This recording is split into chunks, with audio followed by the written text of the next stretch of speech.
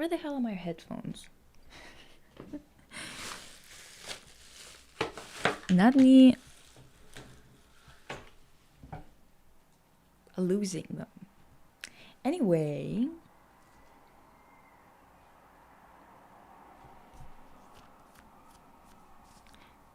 Oh yes, Travis's dating show. I cannot believe. Honestly, clown shit. A little baby is really upsetty spaghetti because it's really hot inside. So, hey everybody. My lioness.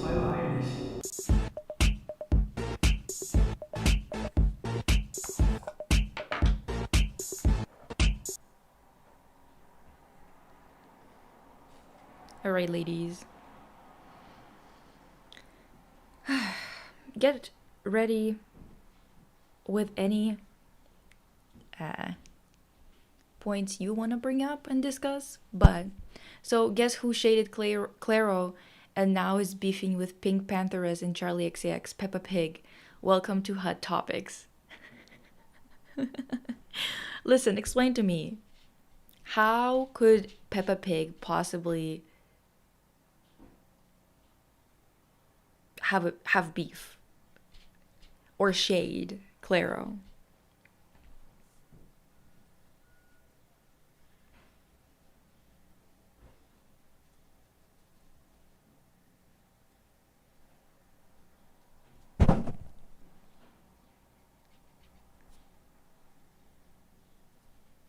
My Peppa. Divas. It's unbearably hot and I don't even have coffee. What is the point? What is the point of anything? Simply put. Anyways. So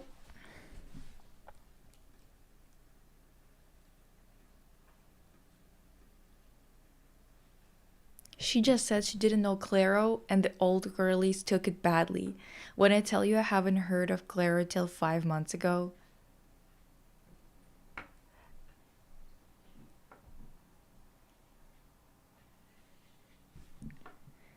Peppa for me is like Sonny Angel's Lebubus or whatever else for people.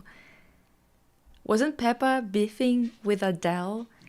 Who is Peppa not beefing with? It seems to be the right question.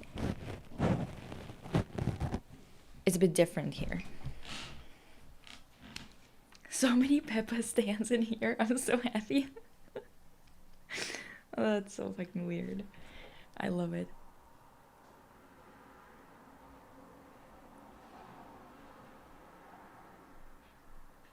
Oh, my little baby. It's really hot for you, Pika. It's really hot for Pika. And today, it's not even gonna be that hot. Today it's gonna be 25, but it's like literally 35 inside the apartment. Oh my god, yes, there is a dating show where girls genuinely thought they were gonna marry Prince Harry. Who made a video on it? Was it Curtis? Or Chad? Someone made a video on it.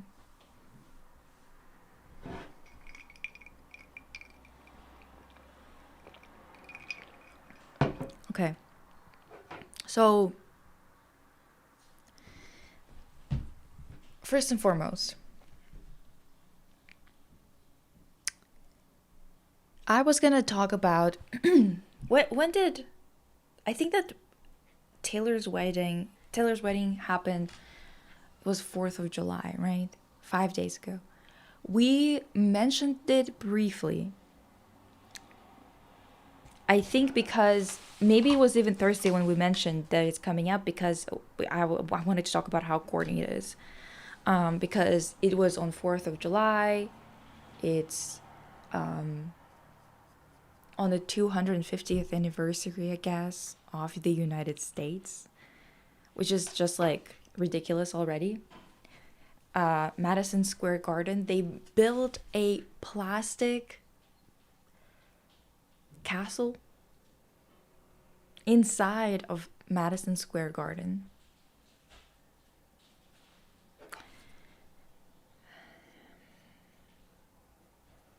So,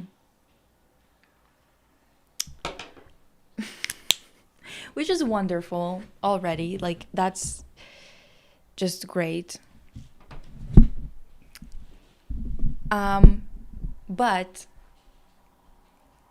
I think the more details I heard about it, the more stupid it sounded, and the more I thought that we were gonna have so much fun shitting on it, until I realized how much more serious that shit is because of the guest list and because of a bunch of other shit. And then I saw a TikTok from a creator that I like to watch because she's really great at doing really in-depth research and has a lot of understanding of international politics and specifically the way that money moves in between all these countries. So that video that I saw today, I downloaded it because we're gonna watch it together. Because this is some crazy ass shit, okay? Hi guys! We need to mention how an ICE detention center head attended that wedding. Like, that is indefensible for someone whose fans claim she has this liberal politics, and someone who is friends with Selena Gomez, who cried on live stream because of this issue. Yeah, I mean, listen. So, first and foremost, the guy... Actually, let me add this in here so you guys can see it too. I have like a couple of...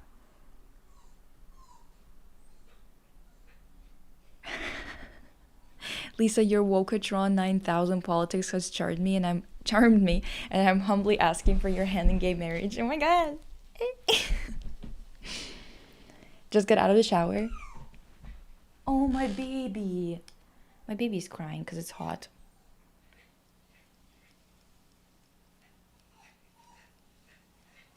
I really hope my mom is gonna get the cat out of the living room so I can let Pika out, because it's a bit colder there.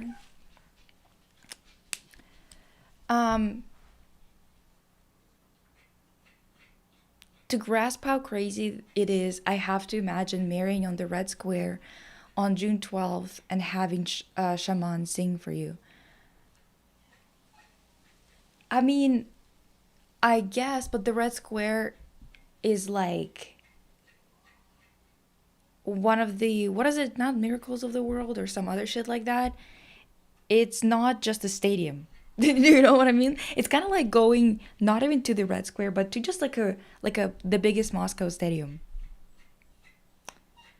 Also, June 12th. What the fuck is June 12th? Is that our country anniversary? I don't know. It's not a big deal for us as it is here. They're crazy about July 4th here. It's genuinely ridiculous. I like the fucking patriotism to a creepy level. Everyone's waving fucking flags. It's really something. Hoppa.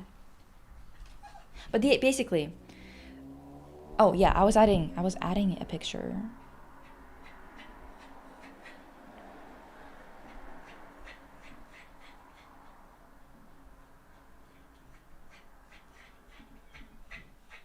Pika, pika, pika, pika. Pika, pika, pika, pika, pika.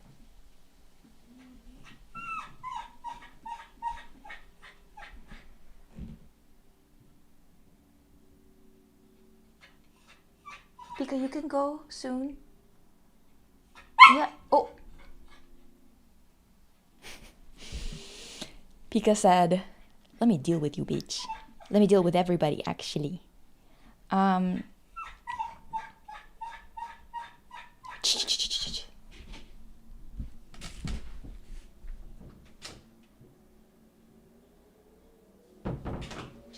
just wait a second, Pika. Just wait a second. Oh my God, Mercury, hi. You're still on a holiday, but I wanted to jump in and see you finally got your haircut. Hey, yeah, I did. Thank you.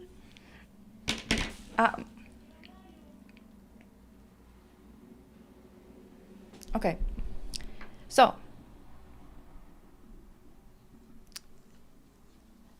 a sprinkle of Taylor Swift's wedding guest list. Stephen J. Dimitriou, executive chair of Amentum Services, the sole contractor for an ice camp in Texas. The man literally runs a concentration camp. So just so you guys imagine this properly, this is kind of like being friends with people who made concentration camps in World War II. Bringing them to your wedding, okay? His son, Stephen J. Dimitriou Jr., a Republican member of the Ohio House of Representatives, as in a MAGA politician. Okay? Brad Pitt, a man who violently attacked his family on a plane, was arrested by the FBI, who recommended he be charged, and whose 5 children have all dropped his surname and gone no contact. It was a private wedding. Yeah.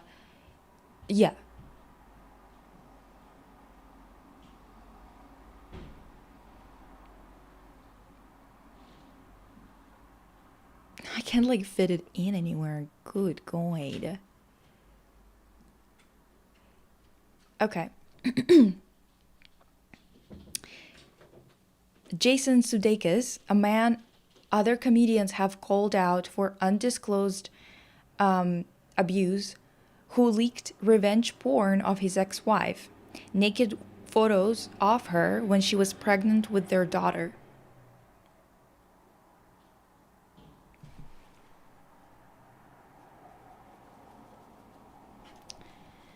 Sacha Baron Cohen, a proud and loud Zionist, and a guy who became famous because of Borat, which is quite literally a movie he made about Kazakhstan, pretending to be Kazakhstani,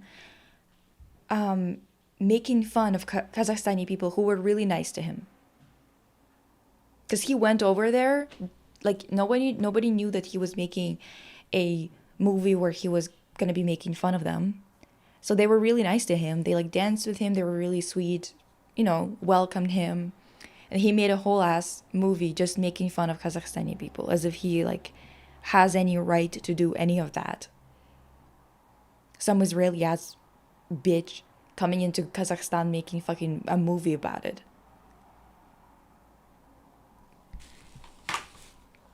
Anyway. Taylor, by the way, put out a statement via People magazine the second the ceremony ended, while the reception was still happening, saying that Blake Lively would have disturbed Taylor's peace if present at the wedding. By the way, what the fuck happened there?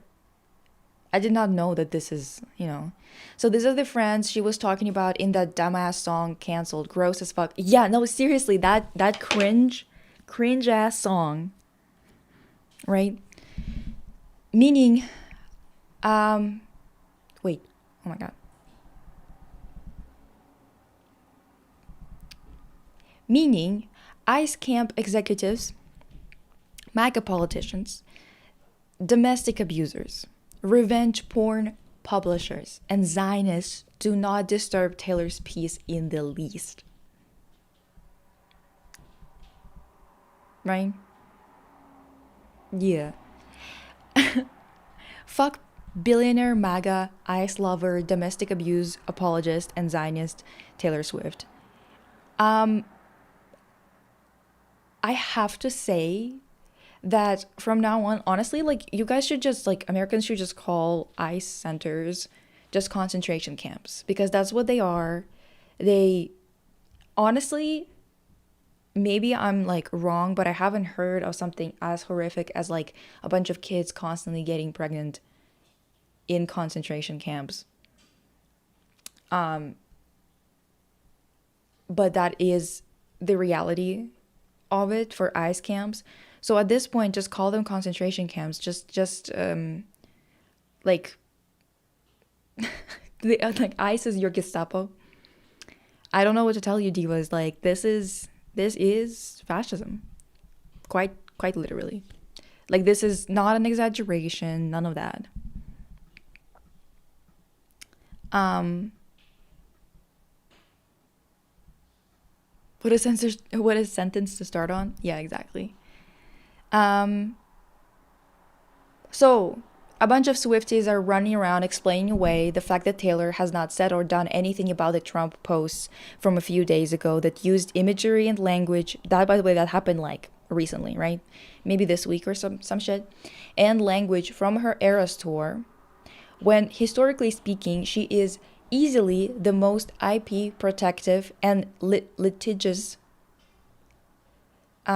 musician alive today and has immediately gone after sued individuals who have done far less over so-called brand infringement countless times in the past.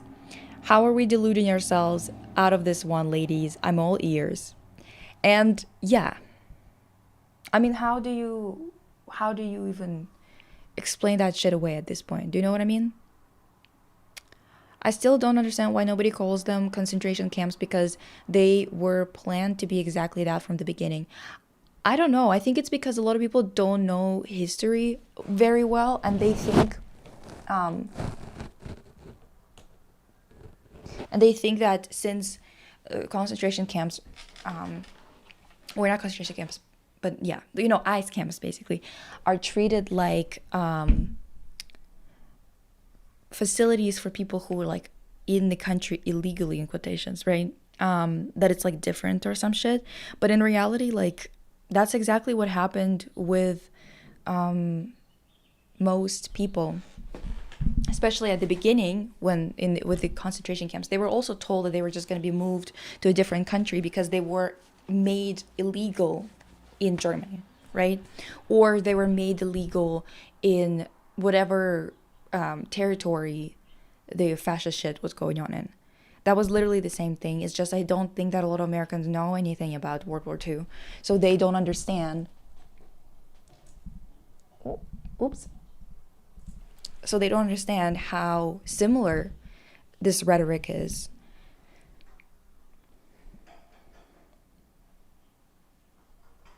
So then I go online in the morning and I see a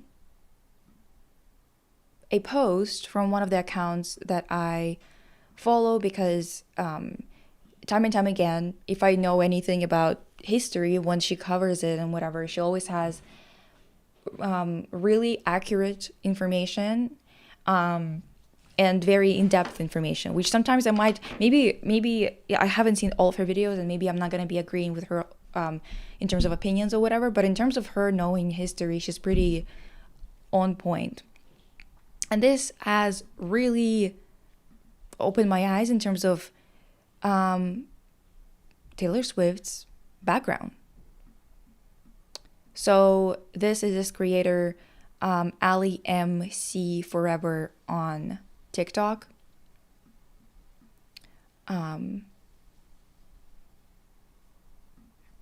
And there was someone who talked about the fact that Taylor Swift family, the Italian side, so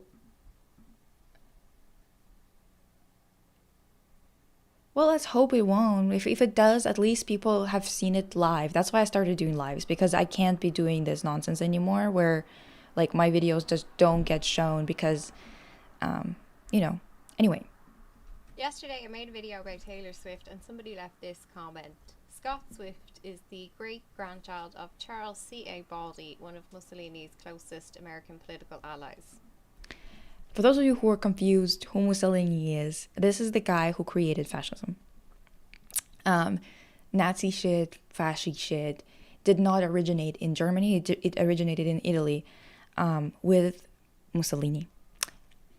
So, the fact that Taylor Swift's family had somebody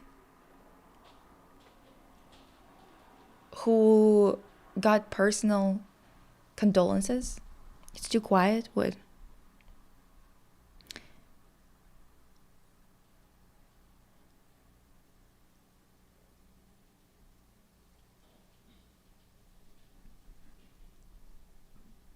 Okay, let me do it. Let me turn it up.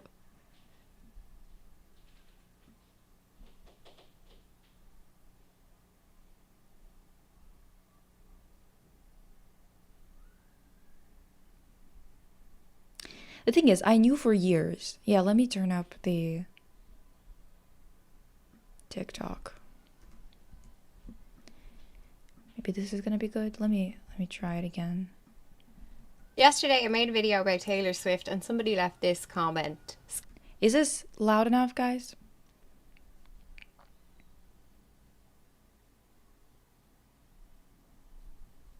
Okay, good.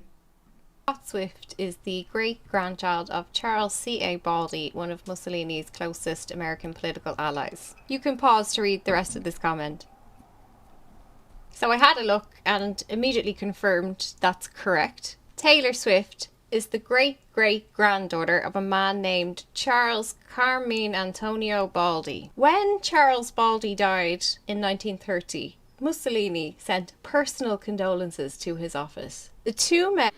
So the difference here, if you're wondering, right, between what the difference is between someone coming from a family in America that, like, you know, had like enslaved someone or whatever in America.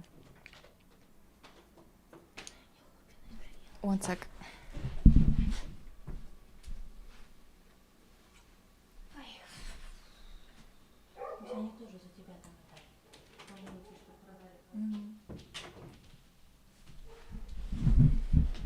Guys, we're trying to sell an apartment, so please send positive thoughts that we can actually fucking do it, because we really want to, and it's taking a really fucking long time, and it's driving us up the fucking wall for real.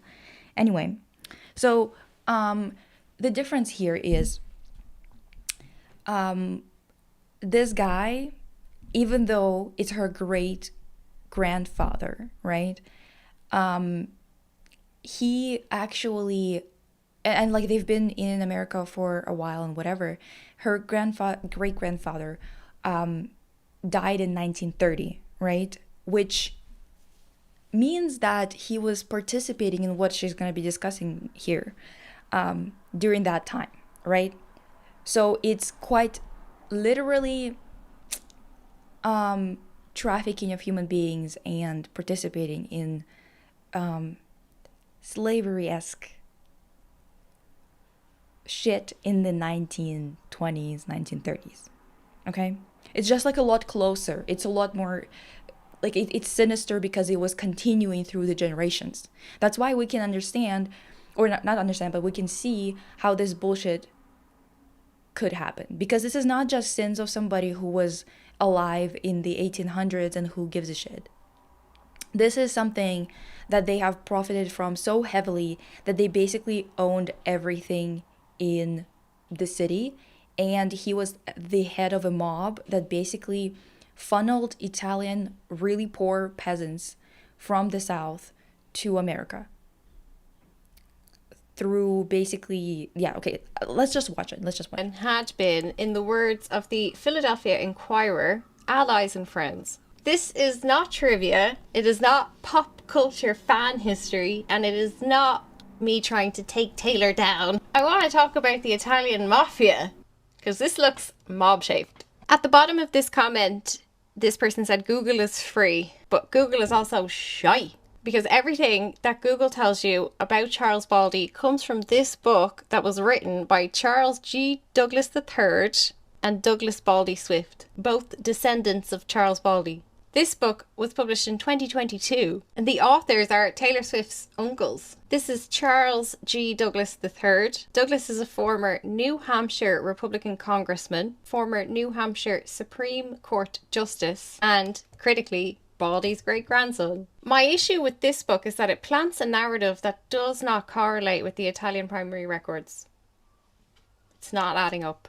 This book tells a story about how Baldey arrived in America. It says that he and his brother arrived at the age of 14 with 40 cents in their pockets. It says he began with nothing, he was a street fruit peddler, and within a decade he had made his name. You are supposed to believe that within that one decade, this man went from 14-year-old with absolutely nothing to a kingpin operator of what looks structurally like a mafia. None of these sources use the word mob, of course. This story contradicts itself. It's structurally incoherent. It must have been written by someone who did not understand Italian class politics or who deliberately doesn't want to mention them.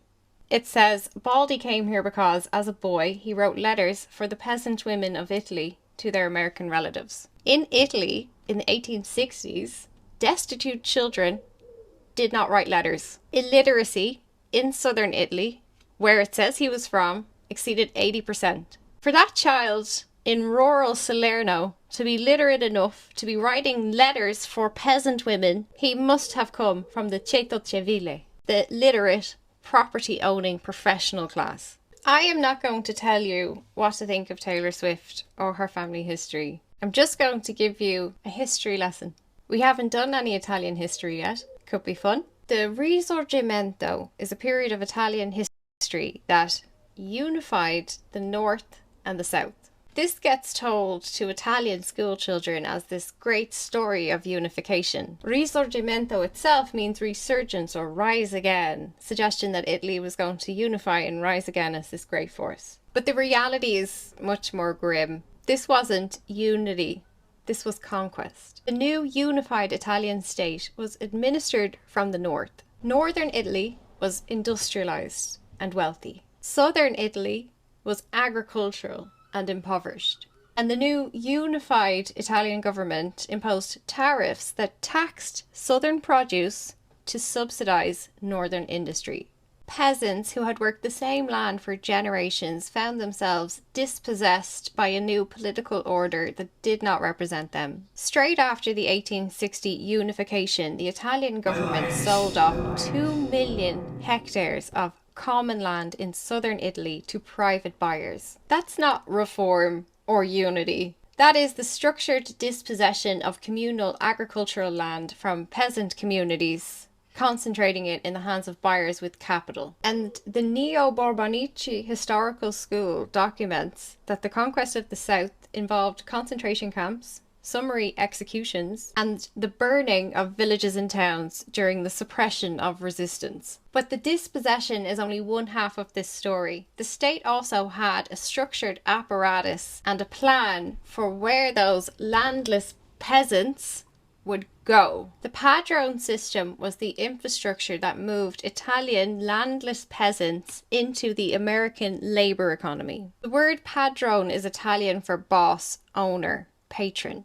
This is not a system that just emerged in America after immigrants landed. This was a structured, state-supported, transnational labor brokerage. Labor brokerage being a very polite way of saying human trafficking network. Padrones. Yeah. Oh, yeah. And this is even closer in time than other forms of slavery. So let's continue with how they went about this, right? Yeah. Operated from the villages of southern Italy. They would travel town to town in places like Calabria as people were being dispossessed and offer these families a way out, an attractive proposition. Send your son or your husband or yourself to America and the padrone will take care of everything. They will arrange your passage, your housing and your work. Padrones were able to offer these peasants the promise of American wages, which were unimaginably high compared to the absolute nothing that they were getting at home. But the reality of the arrangement when workers arrived in the United States was far different. Upon arrival, workers found themselves contractually bound to the padrone. This illustration is a perfect example. The padrone controlled their wages, their accommodation, their food supply, and their ability to obtain any other work. He took a percentage of everything they earned, charged inflated prices for food and lodgings, and could extend their contracts unilaterally. They were also quite violent. Children were specifically targeted, and Italian families in extreme poverty sent sons as young as 5 years old to America with padrone. This system was so pervasive that the United States Congress had to pass the Padrone Act of 1874. This gets described as America's first anti-human trafficking laws, specifically designed to criminalize the importation of Italian and Sicilian workers under conditions of indentured servitude. I know we've drifted a long way from Taylor Swift, but I really want you to understand the history of Italian immigration. We get taught history in pieces. You're taught first about the Risorgimento and then later about the Italian immigrants. The land was taken first, without understanding that the Padrone system looks like opportunism. Just a few corrupt middlemen exploiting vulnerable people. That's not what this was. The Italian state first stripped the South of land rights that had sustained peasant populations for generations. This created a surplus of landless people with nowhere to go and no option but to move. The state and its networks then managed where they went and what happened to them when they got there. The Padrone system is not a consequence of Italian immigration, it is the mechanism of it. A supply chain of labour for multiple commercial actors that work together. Now that you understand that historical context, in part 2 we can slot Charles Baldy into that system and talk about his political influence and his relationship with Mussolini. And PSA, I don't want a word about her in my comments today. She is superfluous to this story beyond being a gateway to historical context. I will come back to her and what she inherited, the silver spoon that she was born with, but for now, Swifties, zip it.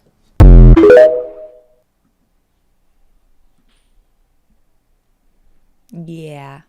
You know, I found out a long time ago that Taylor's whole story of being, self-made and coming from nothing or whatever is bullshit. But my idea of it was like, oh, she's just like coming from a lower upper class maybe or whatever. And my idea of it was that she profited from her dad having like this farm where he didn't actually do any labor, things like that.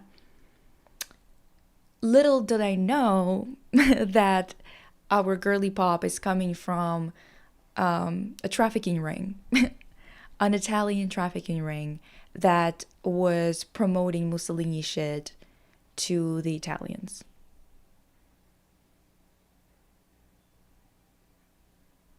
Yeah.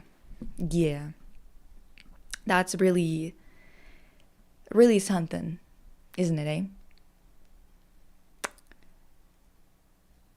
I mean,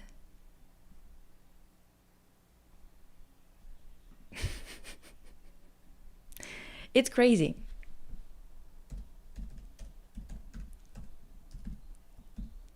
Let me see if I can find part 2. I believe she posted it now, but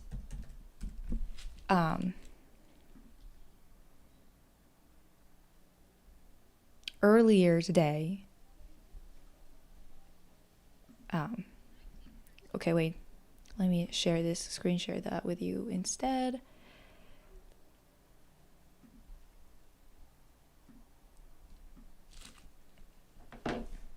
Because this is just so you guys understand how much of Western politics, like, because they did not redistribute the wealth, because they didn't actually end slavery, right? They just kind of said that, oh, it's over now, I guess, but we're gonna keep all the shit, right? This is what you're dealing with. This is the type of bullshit that we're dealing with, and this is an international thing because, as you can see, the capitalists from America collaborated with capitalists and fascists, both fascist and capitalist, in Italy to traffic Italian people from the South to America.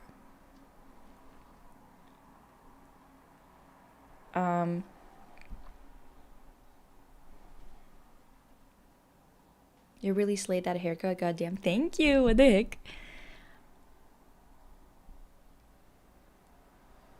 You wouldn't last an hour in the asylum where they raised me. Oh yeah, true. They wouldn't last two. They wouldn't last two if I was there. Yeah, yeah. Basically, we're still in feudalism because why? Taylor is literally descended from big landowners, and people love her like she owns them. Well, landowners, people who basically profit from owning things. It's just capitalist class, right? People who make their money by working are the working class.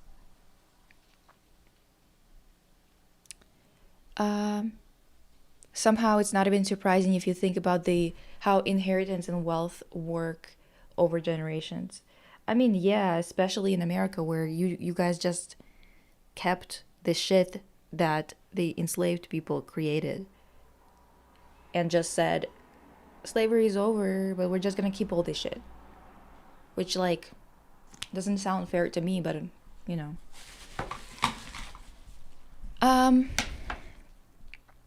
North Italians love to be racist towards South Italians. Yeah, that's why it's very common to separate Sicilian, for example, specifically from the rest, right? It's like very, very common. I never understood Emancipation Proclamation. Okay, slavery is over, and then what else? Yeah, what else? It should have been the fucking revolution instead of this garbage. But, like, what are we expecting from, like, founding fathers of... Well, not founding father, but, like, if the people that they're worshipping are founding fathers who were quite literally just, like, pre-fascists. You know what I mean?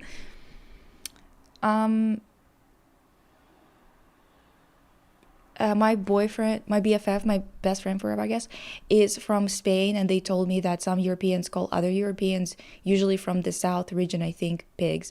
Yeah, there's, like, a lot of, like, racism within European sphere. Yeah, bye, Bakraj. Anyway, let's go with this one. This one is also really...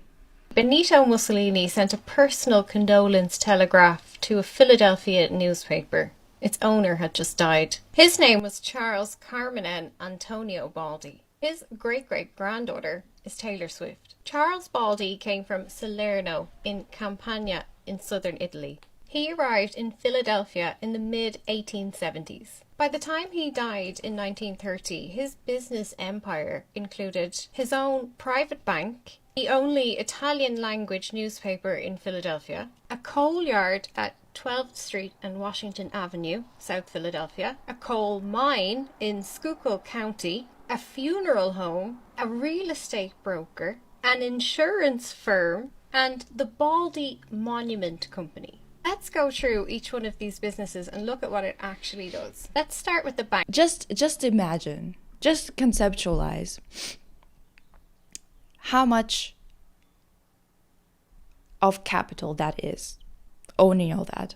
And then on top of it all, just think in your head, what would you need to own if you wanted to have control over the entirety of the human trafficking chain and get away with whatever you're doing in a region, down to having a funeral home, down to that, where you could have a coroner working for you.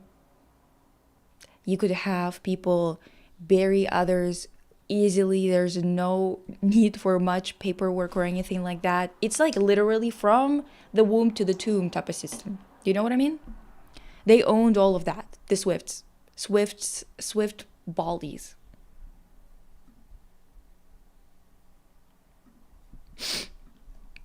Baldy Monument Company, statues for bald people only. Yeah. The first Italian exchange bank.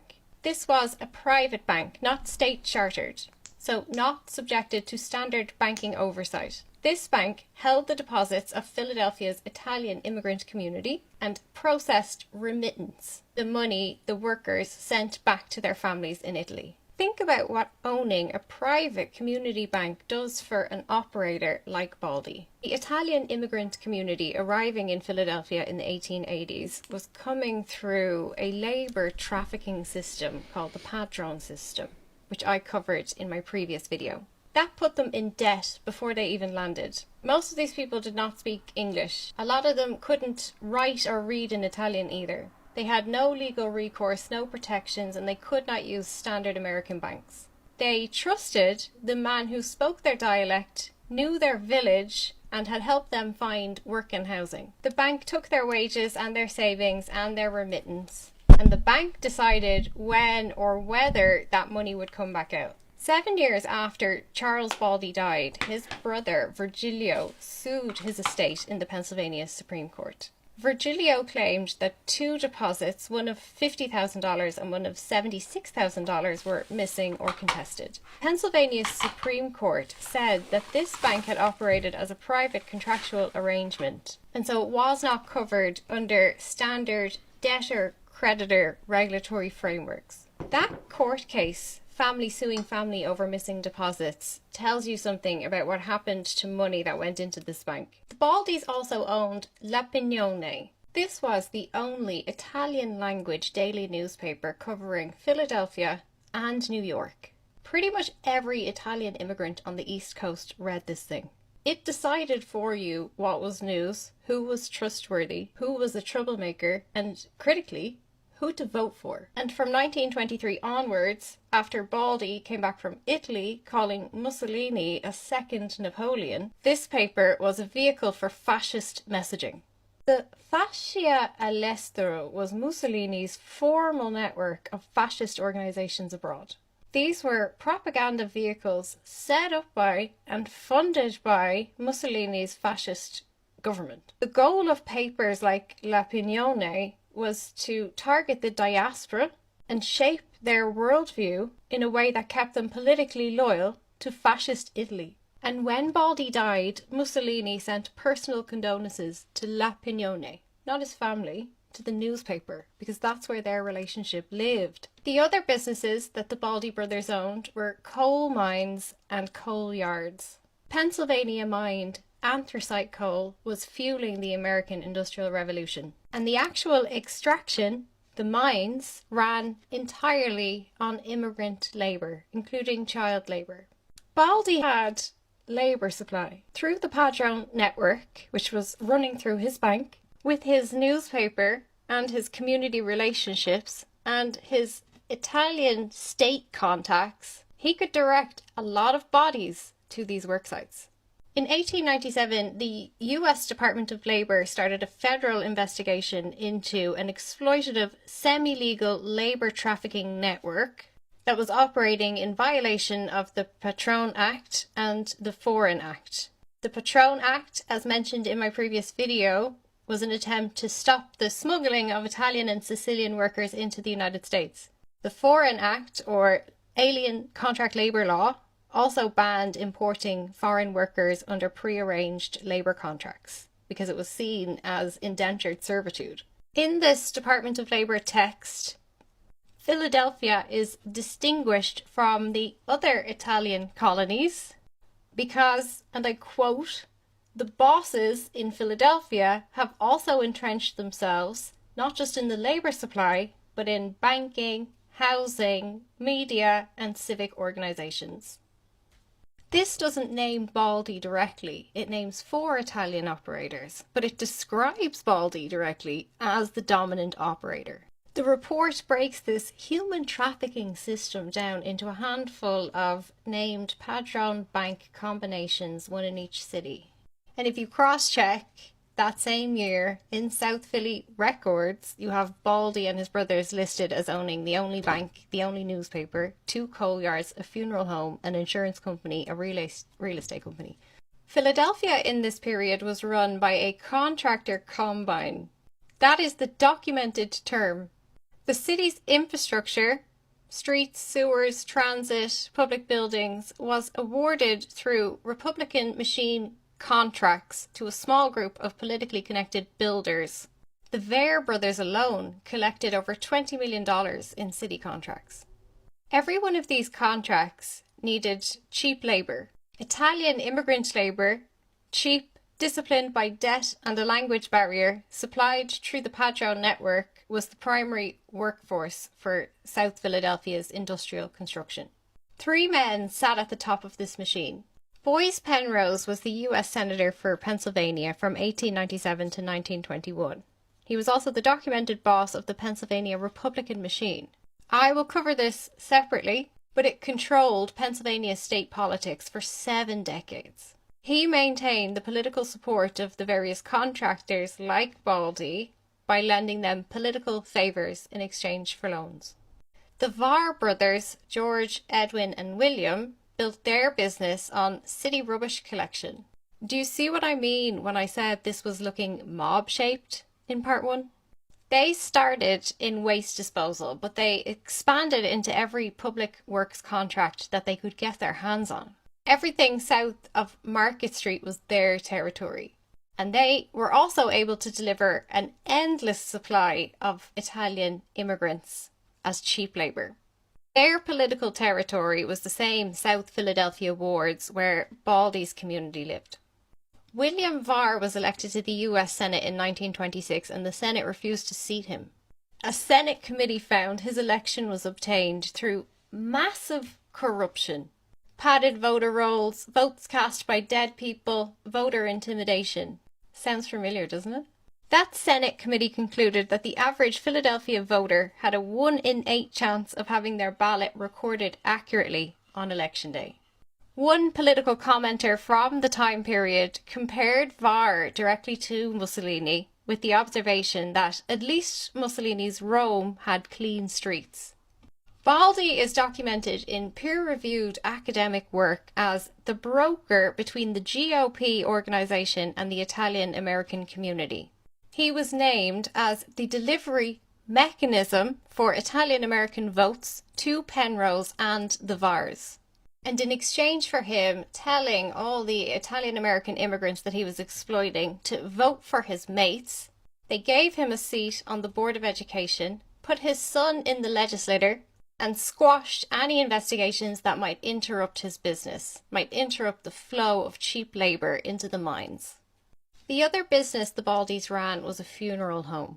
This is still operating in 2026 at 1011 South 8th Street. A funeral home serves everybody in the community, regardless of their politics, their debt, or their relationship with the operator. You can't really opt out of having your deceased buried, and it is cash intensive at the moment of maximum family vulnerability.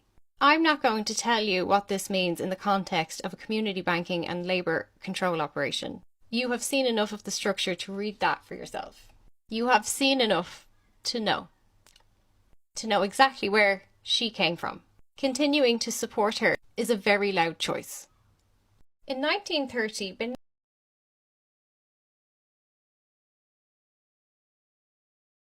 Why do we have a Taylor Swift in the chat?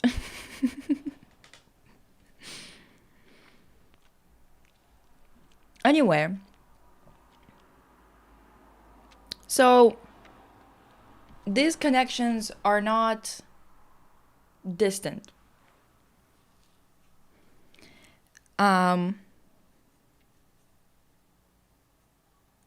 These connections are not distant. They're not far removed. It suddenly makes so much sense why Taylor Swift is, and the thing is, Taylor knows about this. for sure.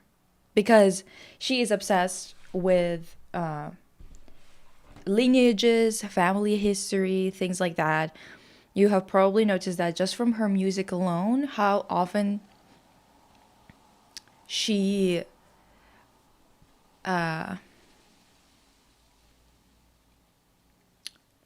brings up some weird connections to either like her mansion or whatever. Like she loves to poke around in terms of history and lineage.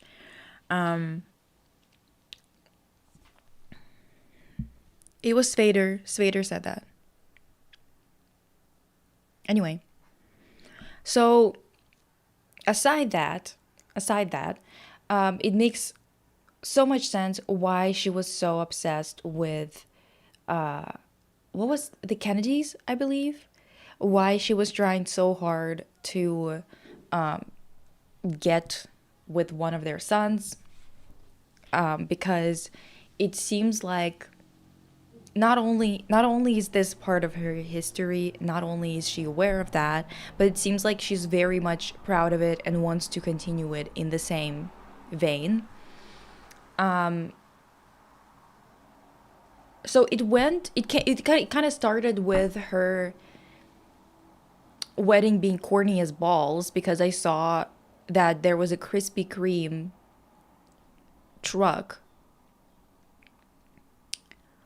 going into the Madison Square Garden, where first and foremost there was like a video of fans who were standing outside of it, and some police guy gave them some kind of donuts or some shit, and they were like, oh my god, she cares about us, she gave us this box of fucking donuts or some shit. God, it's genuinely just so pathetic. I cannot believe that people live like this, do this type of shit. And hi Omar. Wasn't the Kennedy she wanted to get with like much younger than her, by the way? Yeah, so I think I'm not entirely sure.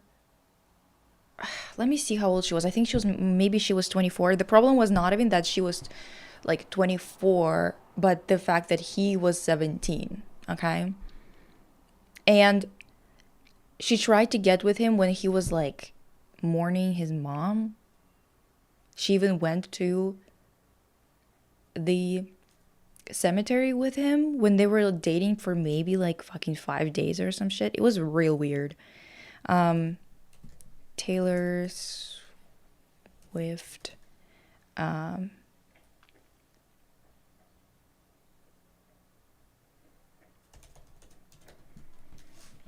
Kennedy. Let's do obsession.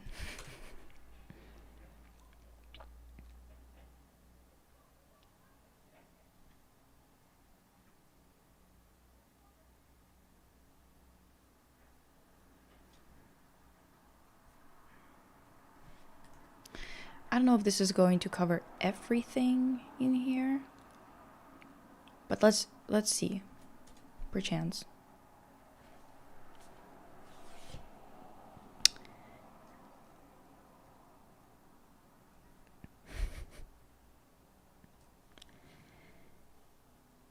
Oh, thank you.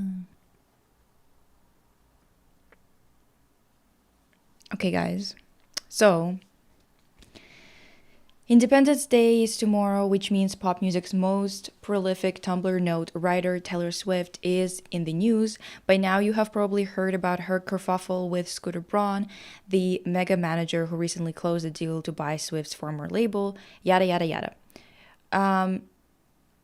So she was always throwing those like 4th of July parties, and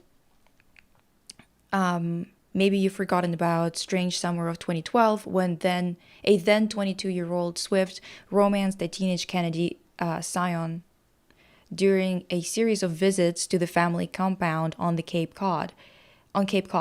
It was one of Swift's first very obvious failures to create and control her public image, and in honor of the holiday week, I think it's high time to revisit this period of Swiftian history. Our story begins with a documentary about Ethel Kennedy. Taylor Swift befriends a grandma. This is like she's been cooking up a narrative for ages, and considering her family history, it's like kind of suspicious. It seems like this girly pop probably really wanted to create like another fasci alliance between America and Italy. This is just like ridiculous. The more you know about this, the more you're like, oh, okay, that makes sense. It's been so long since I've heard about her. Good lord, I stopped giving a fuck years ago. Yeah, but considering what we've uncovered today about her background, literally every time I think I finally reached the bottom of the reason why I've never liked her, there's always a new reason for me to be a hater, lol. Literally, that's like never ending. So, the New York Daily News reported on July 5th, 2012, that Swift spent the holiday with several members of the Kennedy family in Hyannisport, or whatever the fuck. What said many at the time. Why? Well, it turns out that Swift had previously reached out to the family as a fan. 6 months before their 4th of July party, she attended a Sundance screening of Ethel, a documentary about the octogenarian Ethel Kennedy, wife of the late Bobby Kennedy. It was there that Ethel's daughter Rory, who directed the film, revealed that Swift had read a lot of books about her family. She really just loves my mother, which is so sweet, Rory told ABC News after the screening. I'm a huge fan of hers.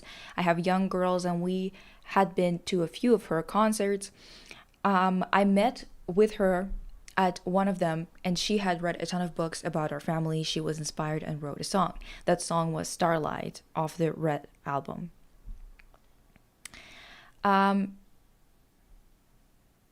So she like talks about this. She's like, oh, like they're my favorites. You know, it's so crazy, most fun.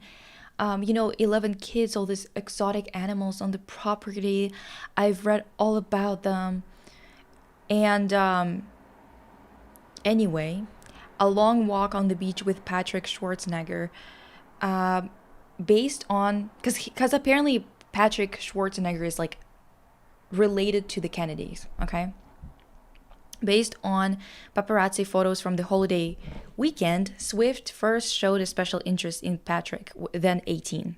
Okay, they took a long walk on the beach together, and at one point, Agron took a photo of just the two of them.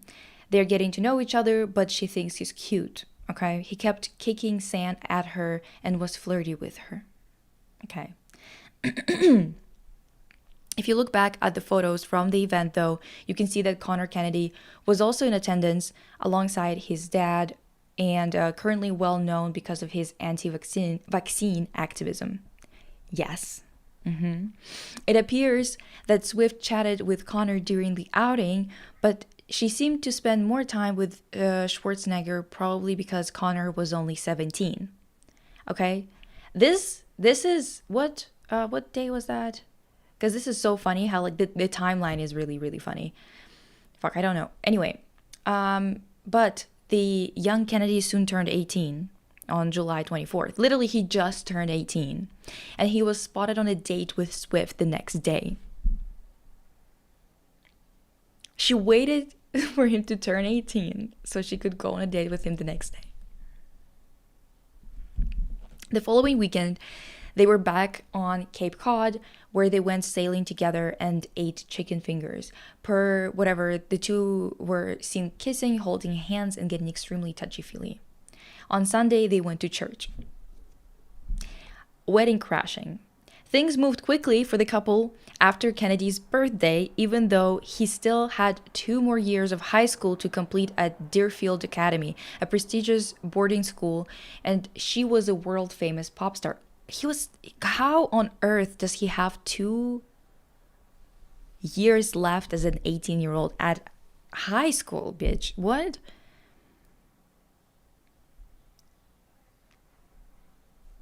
This is so nuts. Genuinely. I remember reading something about this and being like, what the fuck is going on? Anyway.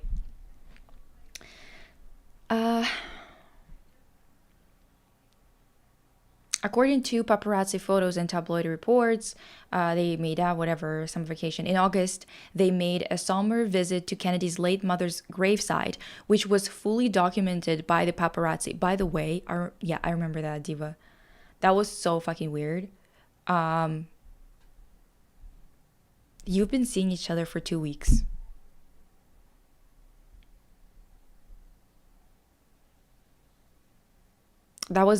She was really trying to do the most with her styling and everything to look like a girl from, like, Ethel, basically. That's so funny. Well, not really, I guess. Um,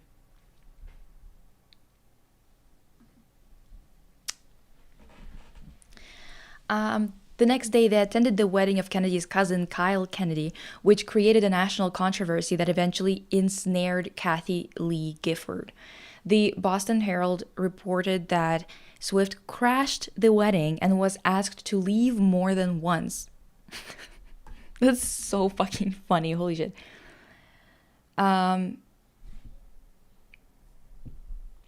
She's basically in the Epstein class, y'all. Let me pretend to be shocked. Well, yes, every billionaire is part of it. Like, literally every single one of them.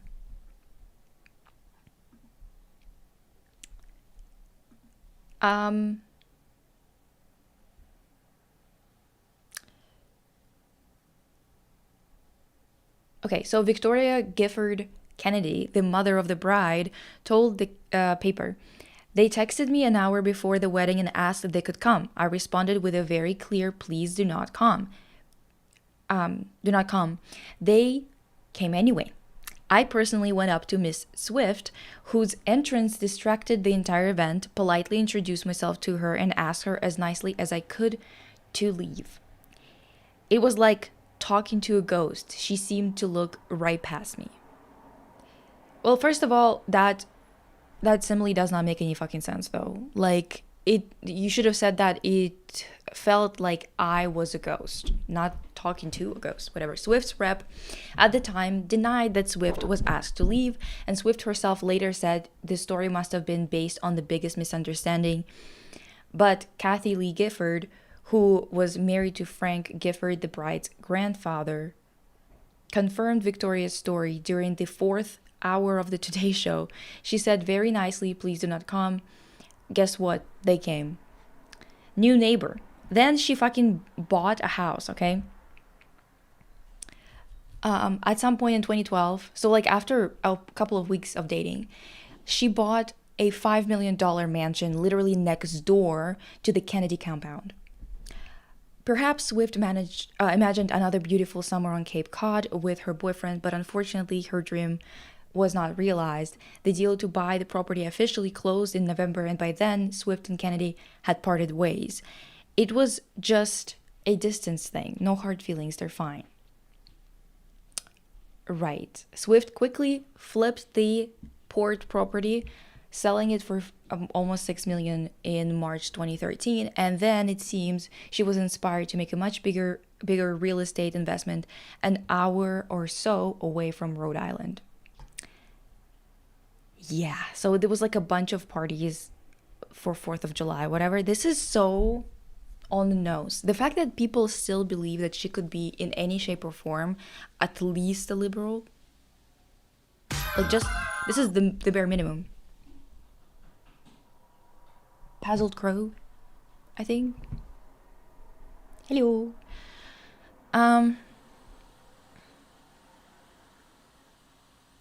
When she said do not come, all I could think of was Kamala Harris saying do not come, do not come. Yeah, I mean, was she hitting on a boy trying to look like his grandma? Yes. While going with him to the cemetery where his mother is buried. This was all like, I think that when she went to the cemetery, they were like dating for like 5 days or some shit, maybe a week at most. That's some nonsense. Sorry to say. That's literally crazy.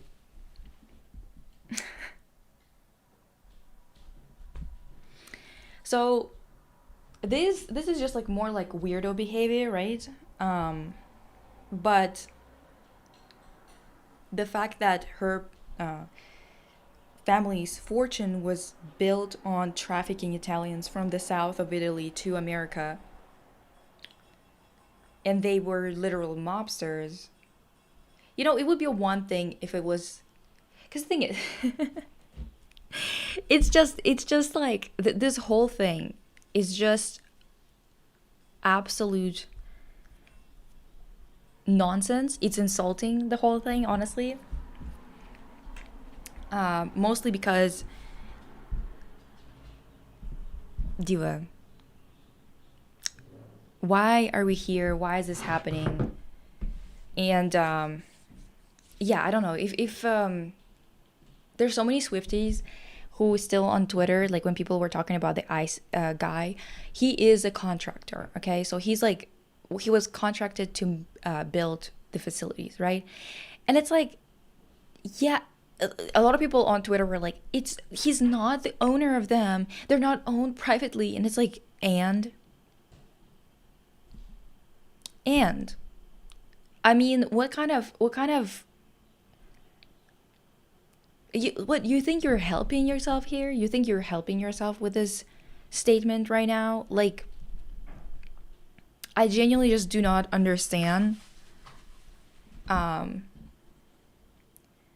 why they think that it changes anything.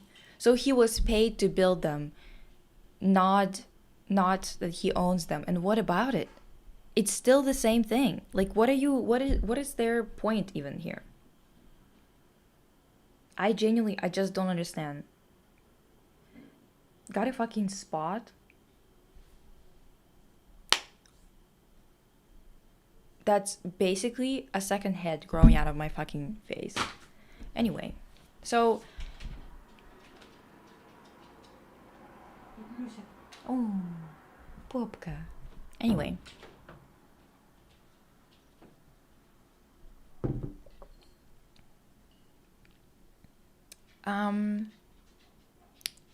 Yeah. So, let me open some more nonsense for you.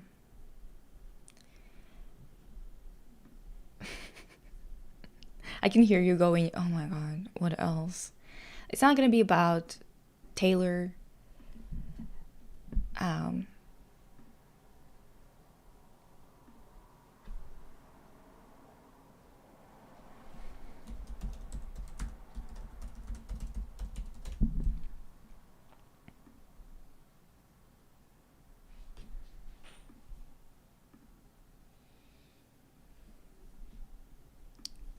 Give me that video.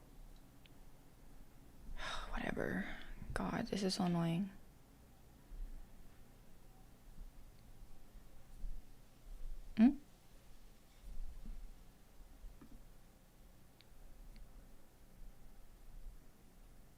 Well, I have an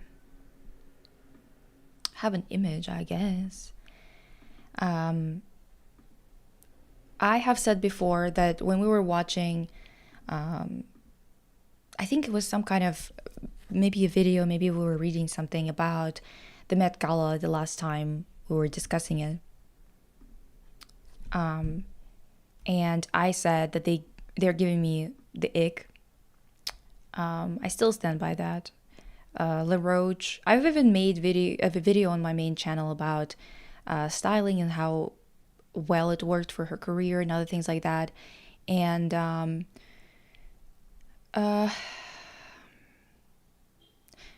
you'll need to let go of catchy mediocre music, y'all. I don't know what to tell you. The fact that you'll cling to her music while she's contributing to fucking the world over is nuts. Yeah, exactly.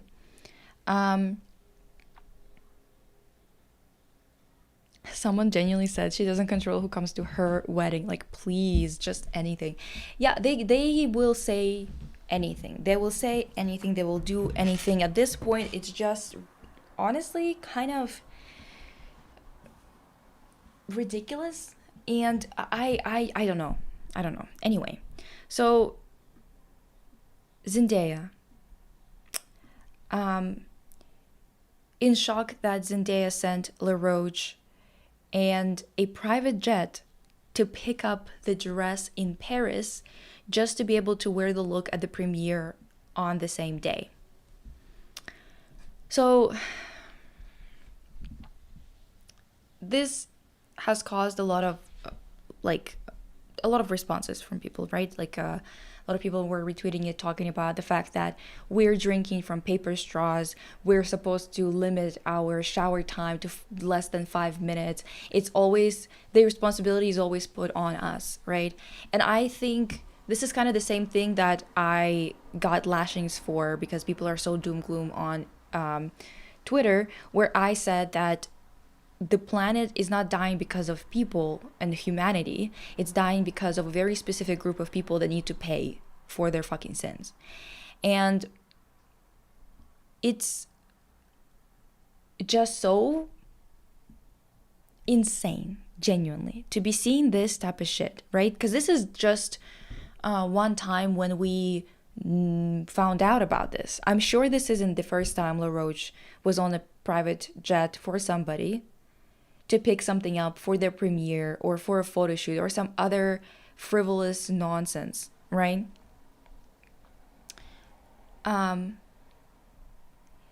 That's why, like, we know for a fact that Taylor is just like a complete, like literally an eco fucking terrorist, getting on the plane for 10 minutes just so she can avoid California traffic.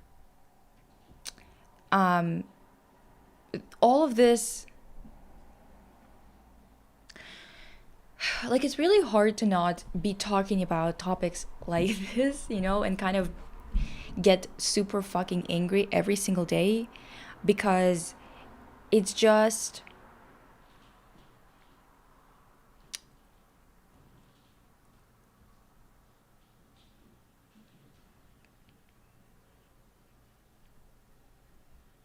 I don't know where I was going. Honestly, my mind is so sluggish today, so I'm sorry if I'm gonna be like trailing off a little bit here and there because it's hot and in my apartment it's like 10 degrees hotter than outside.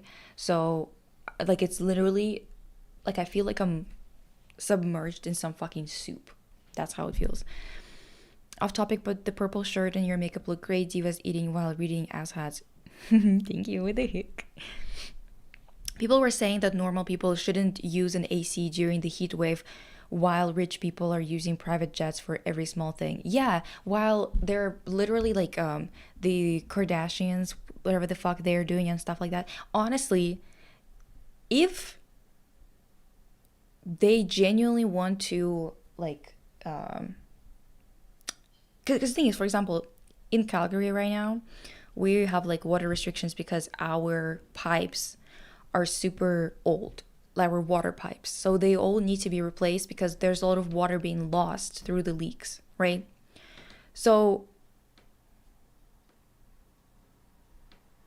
a terrorist of ecosystems, let's say that way then.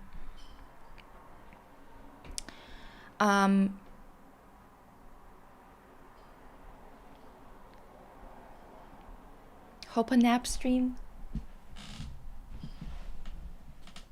My little baby is suffering too, my little puka. Fuck, what was I even? Oh yeah, so the water is leaking, right? So there's a lot of water being lost, and that's why they're like, well, we need to replace it. We need to replace it as soon as possible. And they're like, we don't have the money. It's gonna take us so long. We don't have the money to do it. So you guys should restrict your showers to 3 minutes or something like that. And I'm like, right.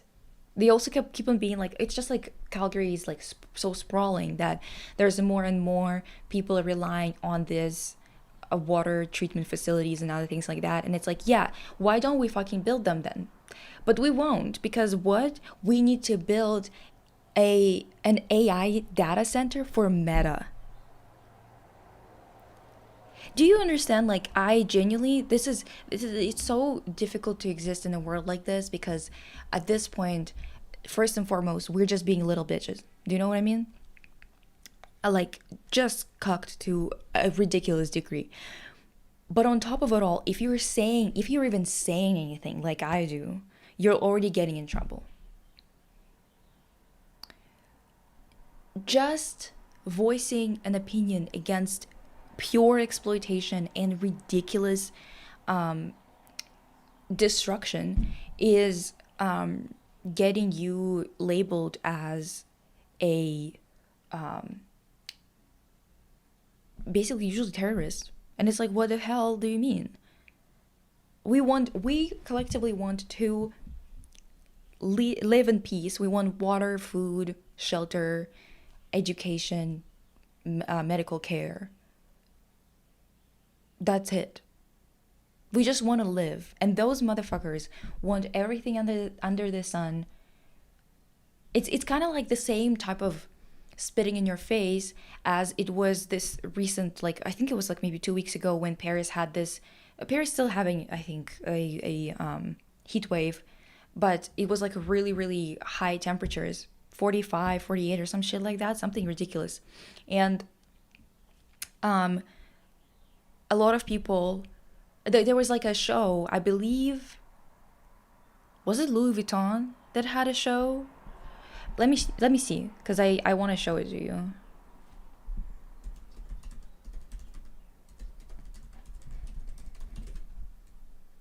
Yeah, it was Louis Vuitton. So, let me show you. I'm sure that most of you have seen it probably because people were pissed. Rightfully so, by the way.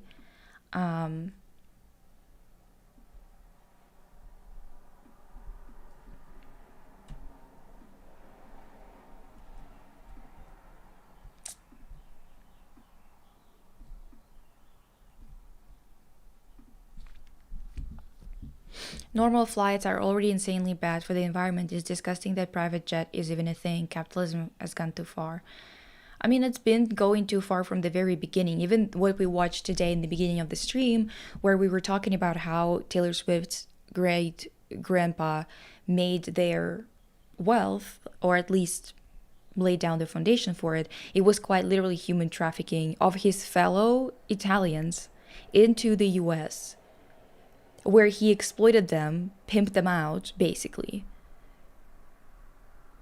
And by the way, for those of you who don't know, there's this thing called, I think it's MLIA or something. I'm gonna have to look it up and we'll talk about it more in depth at some point. But it's a program here, at least in Canada, where you can come as like a worker, right? And a business can sponsor you to stay. By sponsoring, it means just that they are giving you a position to work, right? And then you're kind of like an indentured servant to them because you technically can't leave your place of work and you can't get fired. Like you can, but it's just like you can't afford to get fired. Okay, bye, Indy. Because you basically your status in the country, whether you're there legally or illegally, depends on whether you're working on this particular specific what is it called, company or business. People who were working with me at a specialty coffee cafe had those visas and they were so exploited.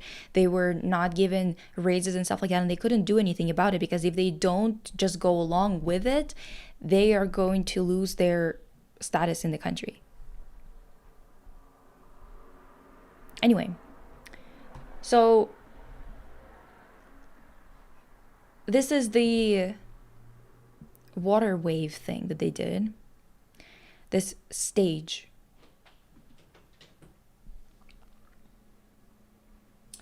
Just imagine the amount of water.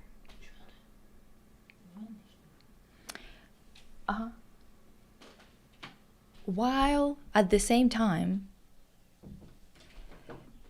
in the same moment, while this amount of water is being wasted, Paris is literally burning with temperatures so high that like they've never happened there before.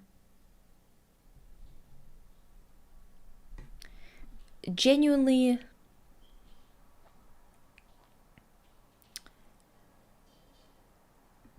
yeah, so you have people dying, right, from overheating. You've got people. The most shocking thing isn't the set, it's how many people still applauded without asking a single fucking question. And the thing is, the set is beautiful. Sure. Sure it is. Who gives a fuck? I think this is one of those things where people kind of, it's just, this is so infuriating on so many levels. I genuinely, most of the time, like, I don't even know what to say to express how angry I am and how angry we should be.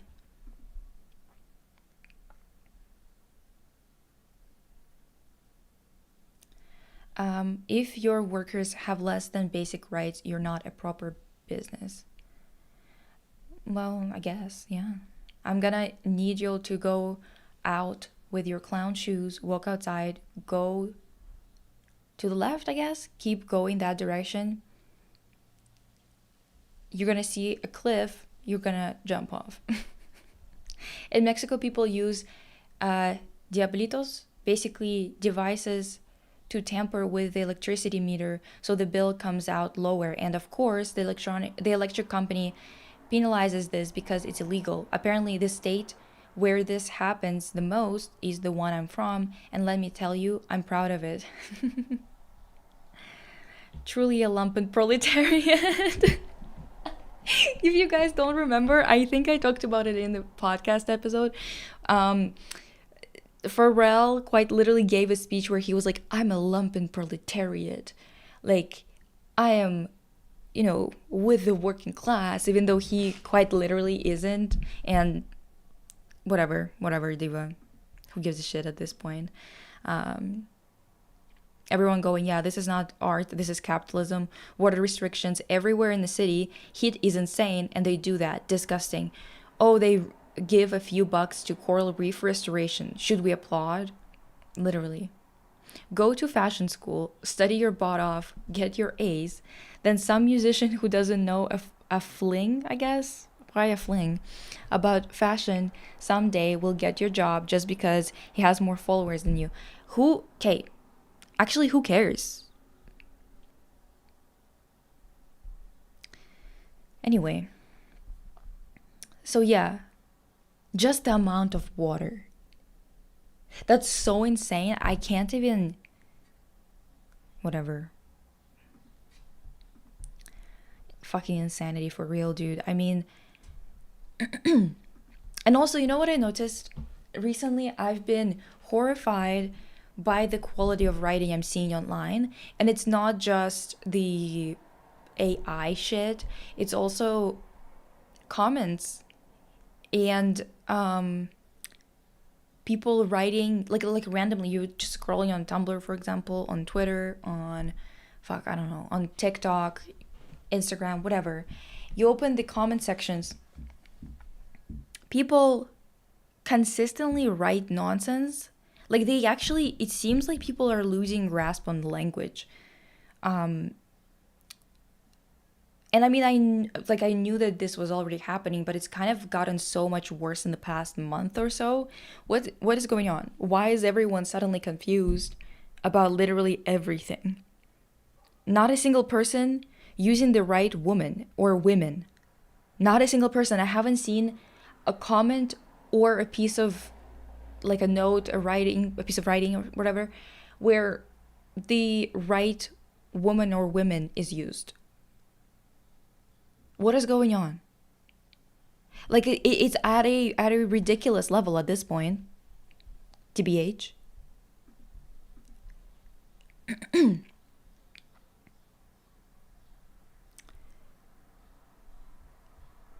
Anyway.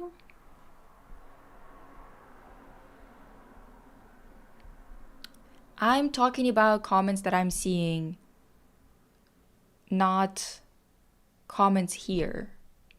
I'm just talking about comments that I'm seeing when I'm just scrolling around or whatever. I noticed that there's like people who are posting like their own journal entries and stuff like that, people who are writing on Tumblr and whatever, like just the pieces of writing that come up on my For You page or whatever the hell, where it's like random shit that is just recommended to you. I'm like, what is going on? Why is everything so all over the place? The writing makes no sense.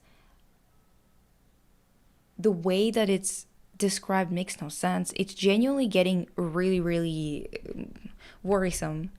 Ability to find information also non-existent, even when everything is right in front of them in the description or of elsewhere.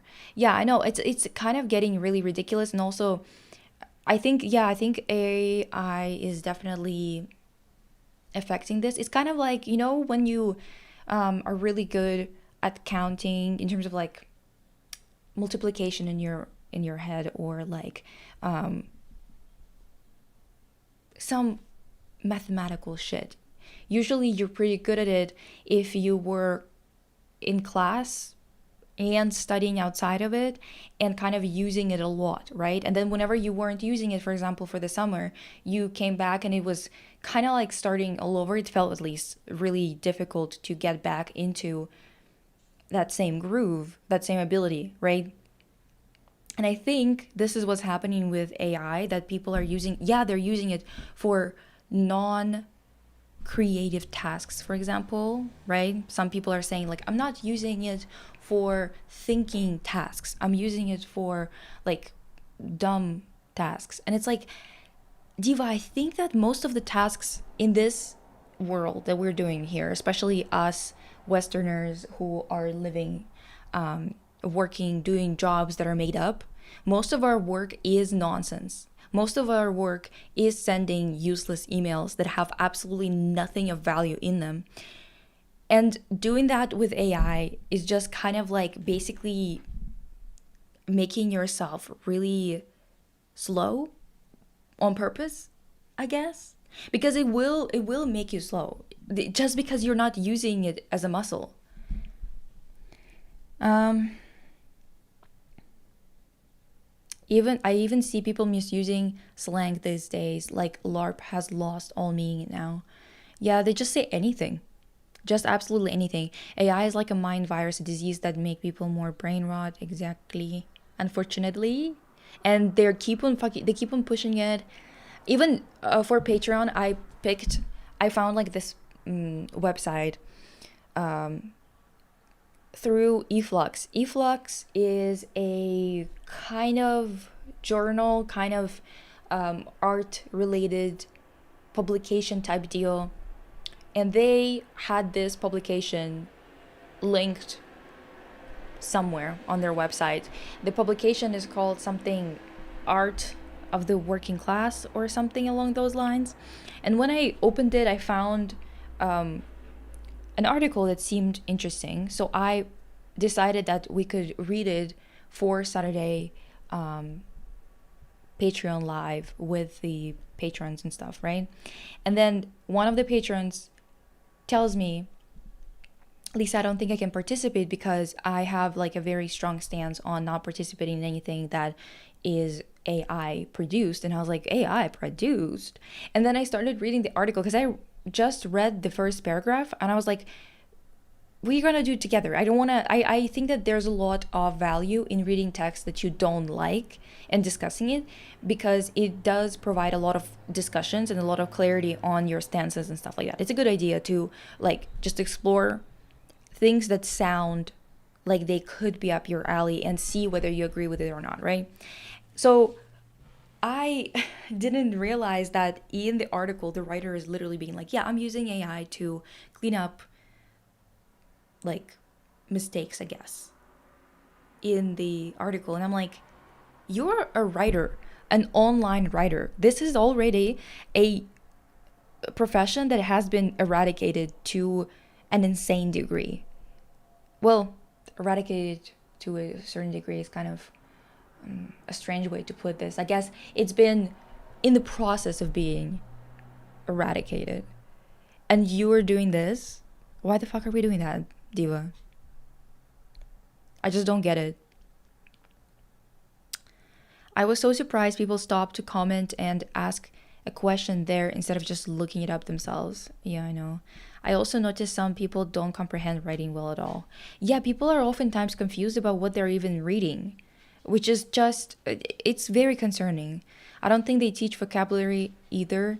At least when I was in school in the US, I think they expect people to just learn by reading, but that can't necessarily work when people just ignore the words they don't know. Yeah, they just kind of guess and fill in the blanks. And the fact of the matter is, yes, it's a pretty good way of learning new words, like, just reading a lot. However, if you're not going to look them up, and many people are not going to look them up, I could understand if this was their second or third language. Oh yeah, the thing is, for me, I'm kind of both English and Russian for me suffer because I'm bilingual. I kind of start to, mix them together sometimes, things like that. It's definitely not good for how I can express myself, right? Because you do become a little bit more confused. You kind of confuse things here and there. You forget words, whatever. But I also think that it's mostly conditioning in the fact that it seems to me that this is the exact same situation that happened with the Italian peasants, as we've discussed in the beginning of this live, right? That the reason why they were relying on this guy and why he had all their money, on Taylor Swift's great grandpa, why they all relied on him to keep their money and to send their money to their families back home, was because they couldn't read or write in Italian or English. They couldn't understand English. They obviously weren't financially literate as well, because it's already, if you're not literate in general, I don't think that you would be financially literate. So it's kind of them manufacturing helplessness, manufacturing inability to think, inability to actually carry out tasks. They want you to rely on ChatGPT, on AI so much that it becomes a utility that you can't live without. Do you understand what I'm saying here? It really is a slippery slope. The more people use it for simple things, the more they start using it for other things. Exactly. Silly example, but I post fan arts and I've had people ask, what is that a fan art of? Bitch, it's in the tags, and there is a movie tag on TikTok, and I mention it in the exact video they comment on. What the fuck? Yeah, I'm if you want to see how many people just don't fucking engage or listen or speak out of turn, other things like that, just start making videos online and posting them, or making anything online and posting it, because you're gonna get the most ridiculous comments all the time. This comment cracked me up on my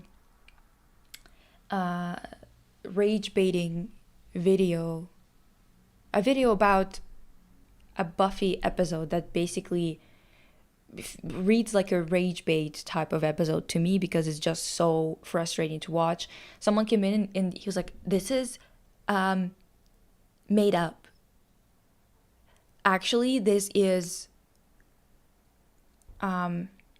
wait, let me actually look it up, because that was like such a funny ass comment. I was just like sitting there like, yeah, buddy, what is going on? Why would you even write that? I don't know. Let me see.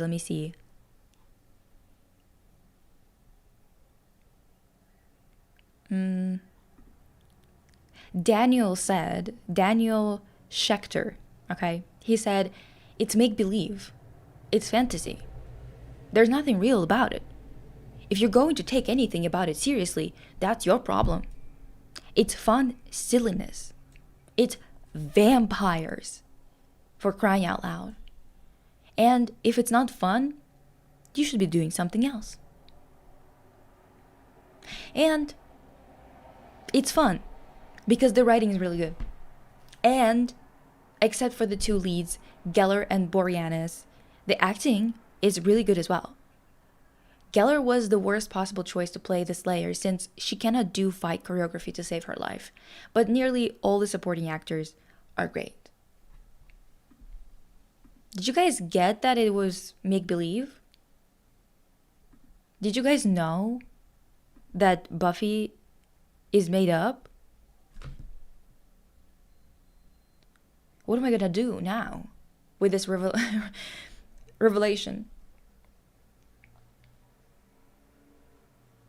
What am I gonna do?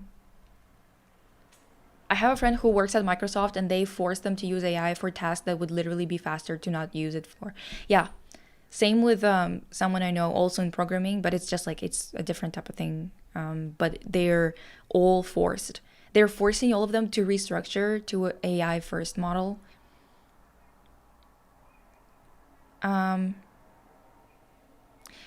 For real, I saw a post saying authors should use simpler language because the readers aren't understanding books anymore.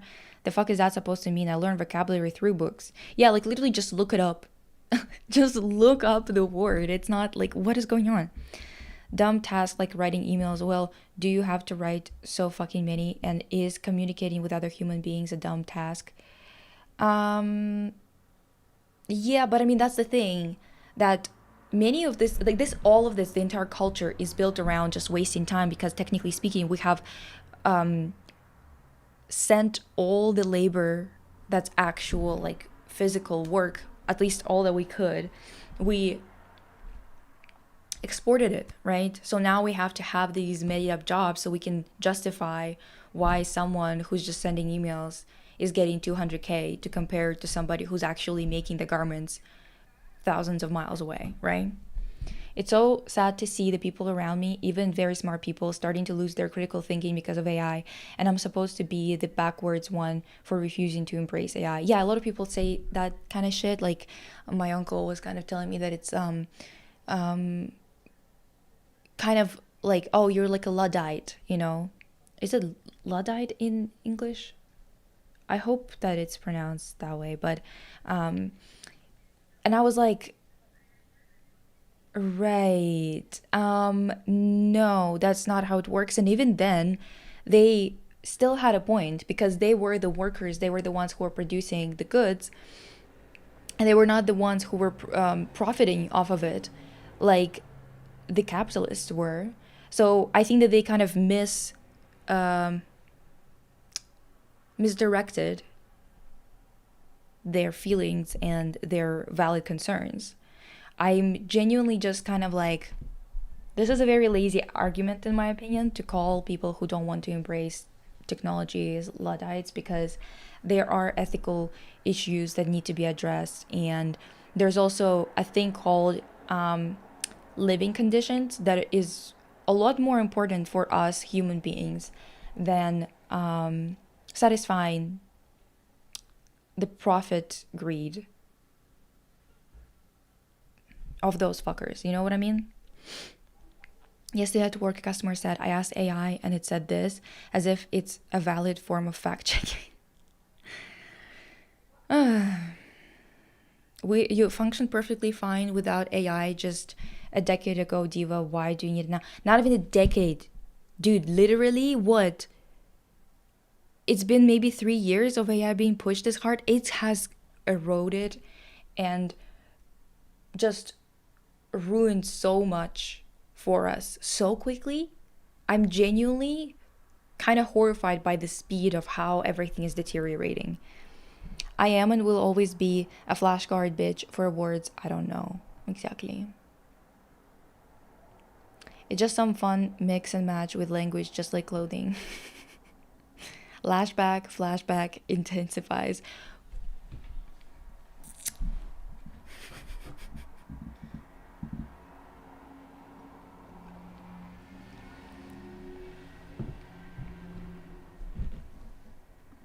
I would be so rude if I was a creator and people asked me questions like that. I honestly, whenever someone commented something dumb, I believe I posted a picture of Bloom going like this with Cynthia Erivo. and someone was being racist in the comments, and I just responded to him being like, oh, David, I'm in your walls, right? One time someone said something fucked up to me. God knows what it was about, but it was something fucked up. I just responded being like, I'm gonna kill you, Steven. Like, sure, perchance it's not like the most sophisticated way of dealing with it, but I don't give a fuck. Like, what am I, a saint? Do I have saint in my name? Like, seriously, do I get paid to be a sweetheart or something? I don't get paid at all, basically. Get paid to such a degree that honestly, even if I wouldn't be, if you're being rude, I have the right to be rude back. There's like no other way around it, honestly.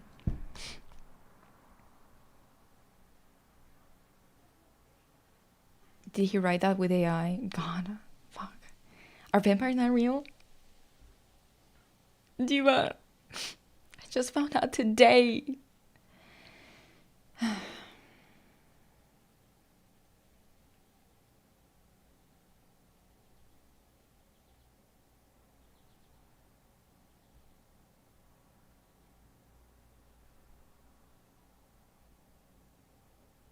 Those 5 AI years feel like a century. Is it 5 already? It feels like it's probably less, no?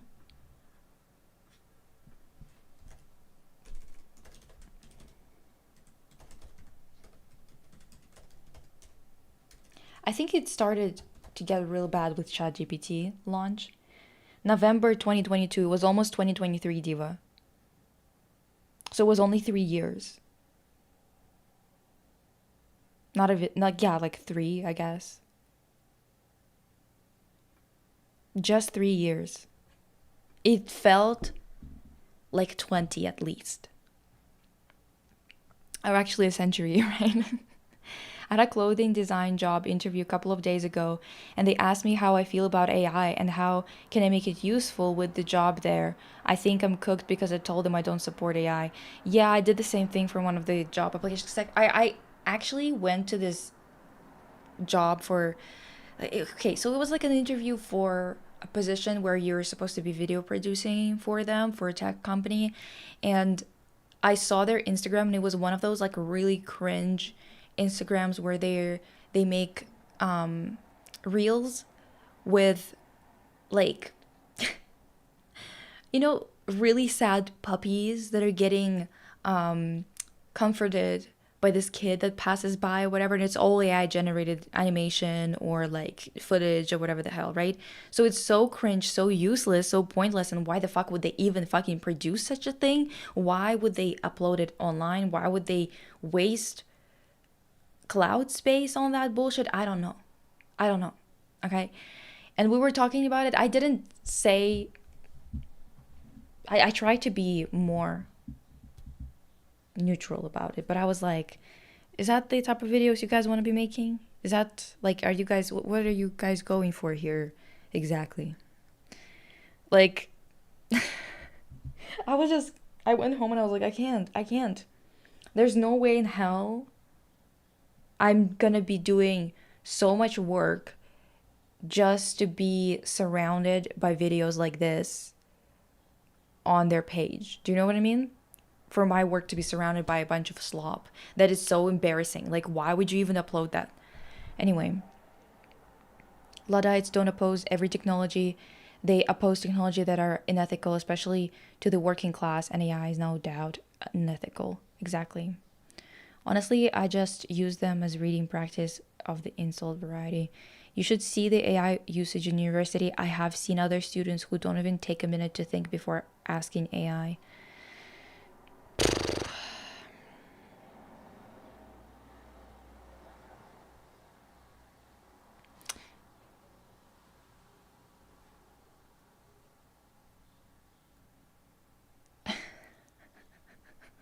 Fuck.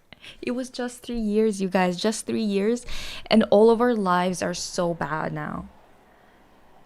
Every job is even jobs that are like physical labor, they're like asking you to tell them how you could use AI to your advantage at this job. Like, it's just so disgusting.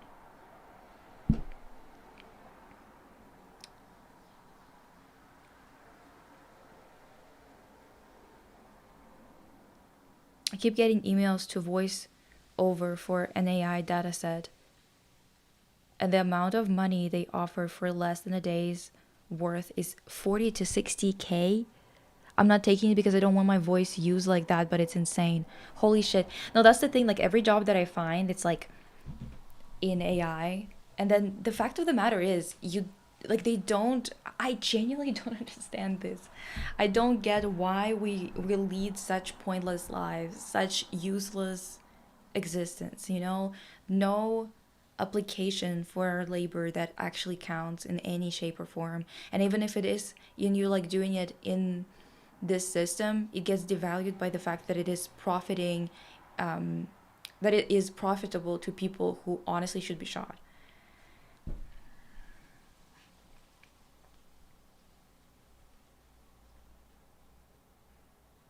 I'm like so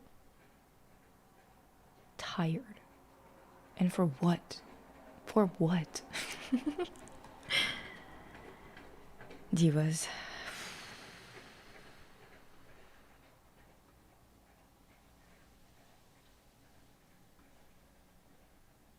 Let me see. I had a bunch of things saved to talk about. Oh, the Ariana Grande thing. So she actually reached out to that girl. Remember that girl who constantly copied, I guess, Ariana's look? Like, she was basically trying to look exactly like her.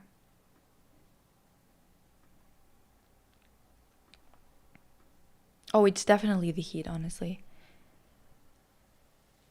I get so tired from the heat so quickly. I'm just really not built for it whatsoever. So this girl, Paige, yeah. So honestly, what's disgusting about this whole thing is that she basically turns out that Ariana reached out to her, okay? And this is what she said to her: I'm flattered and I'm sure you're very sweet, but I just wanted you to know I looked back a little ways on your page, and I think someone should tell you, if they haven't today, that you're very beautiful as yourself without all the makeup and trying to make your face look more similar to someone else's and whatnot. I had to say it because it is the truth. Always do what makes you happy, of course, but if I didn't say that to you, I'd regret it. You're beautiful as you are. Take care. She's being way too nice to somebody who quite literally made an OF page where she is doing porn with the likeness of Ariana on purpose. Do you know what I mean? She's like a diva. That genuinely makes no sense.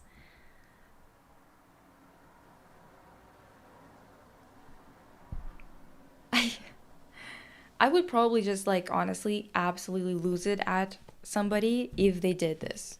Do you know what I mean? She told that to her a long time ago, probably before she actually did the OF thing, where the whole appeal is that she looks like Ariana. I think it's going to be a really hard lawsuit to win.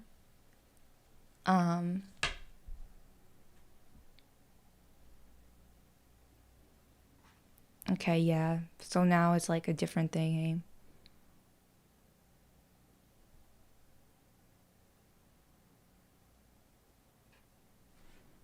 eh? I mean, if you can tolerate the upper class enough to work with them, this isn't that crazy in comparison, I guess. I mean, yeah, honestly, if we humans stop creating, what will artificial intelligence summarize and steal? I just don't understand why we like the amount of data centers they're creating. This is not about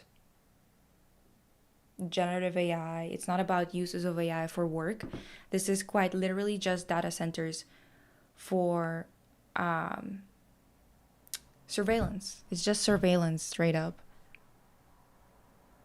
No other way of going around that.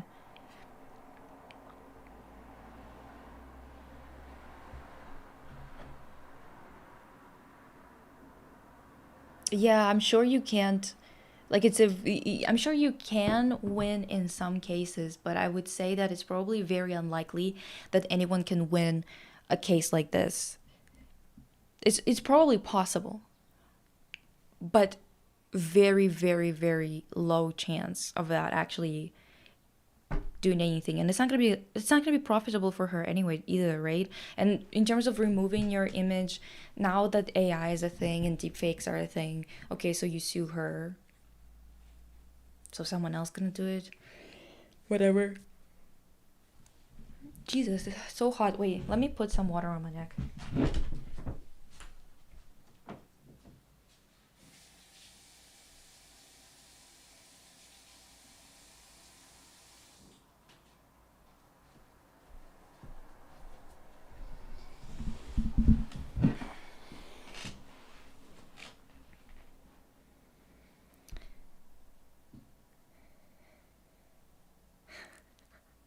Why don't you eat Kristen stew?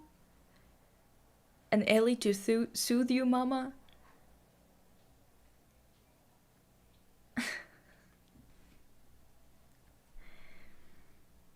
Lisa is out, let's misbehave. You couldn't have managed to do much while I was away. Sonny subscribed? I mean, not subscribed, followed. Uh,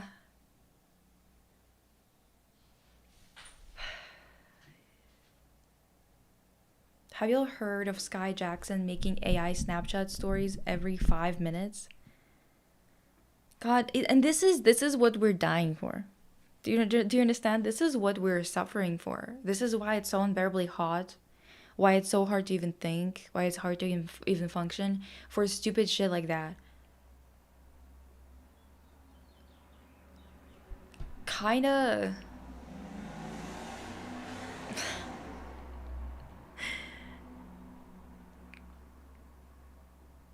Who the fuck is HFK?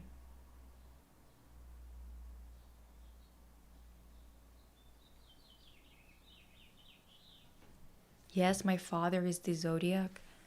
A who? Do I look American to you to understand this?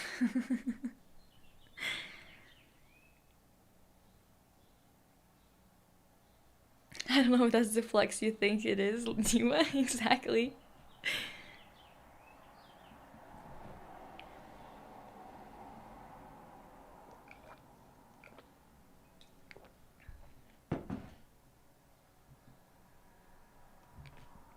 Why would that be?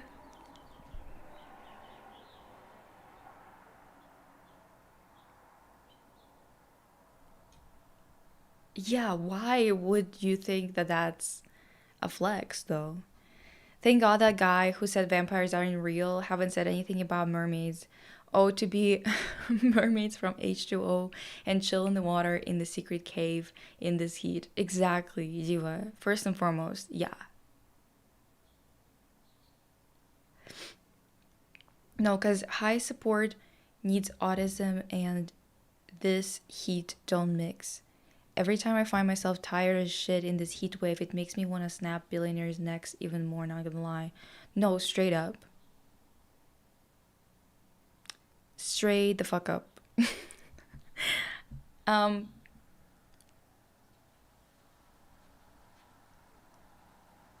but we know we fairies are real. God. Until this guy comes in and he tells us we're not, and that we're made up, and that it's make believe, you guys. It's make believe. Do you understand what make believe is? Do you even get that? Oh, this is so dumb. Holy shit.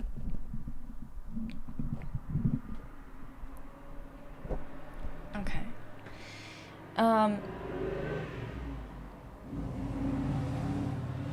People with loud cars just piss me off.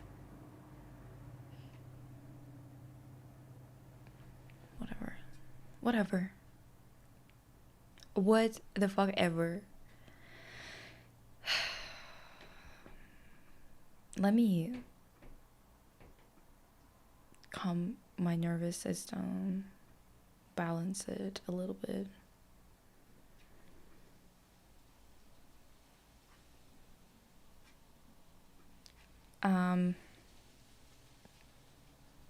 Mayhaps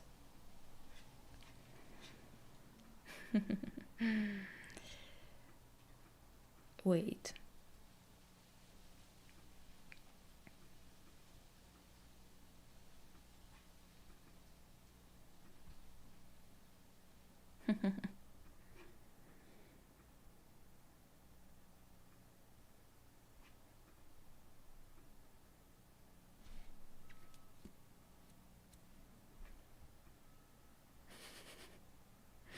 If fairies aren't real, then why I got wings? Red Bull?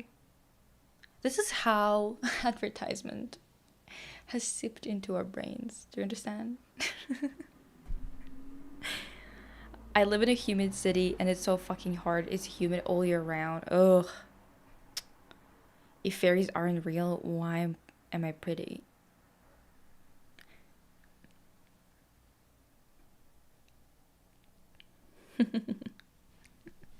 Is that Ellie's mugshot? No. It's her sexy shot.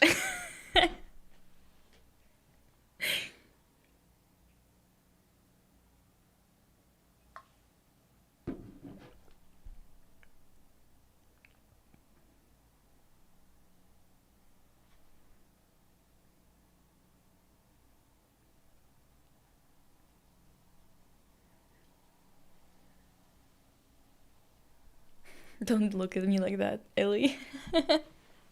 No, seriously.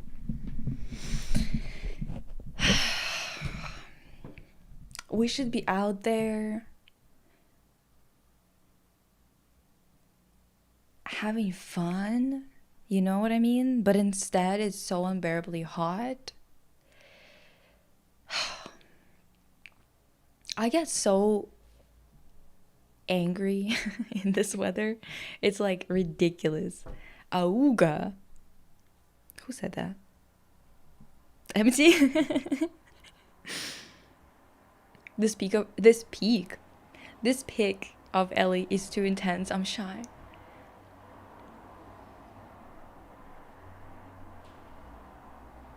And also we turn red when angry, just like Tinkerbell. Right. More like Mog shot. Exactly. Oh my god, you just get it. What the heck? You just get it. Let me actually do this and this.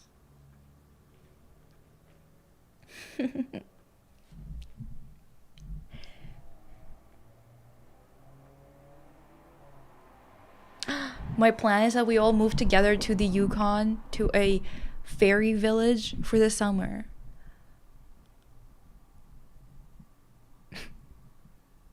I think that's actually wonderful, but I read Empty's comment and it like distracted me right in the middle.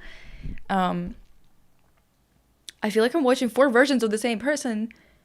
No, I'm like cute. No, well, it's just because of the hair. Technically speaking, we don't have much else in common. Do you know what I mean? She looks like she's TikTok thirst trapping us. Exactly.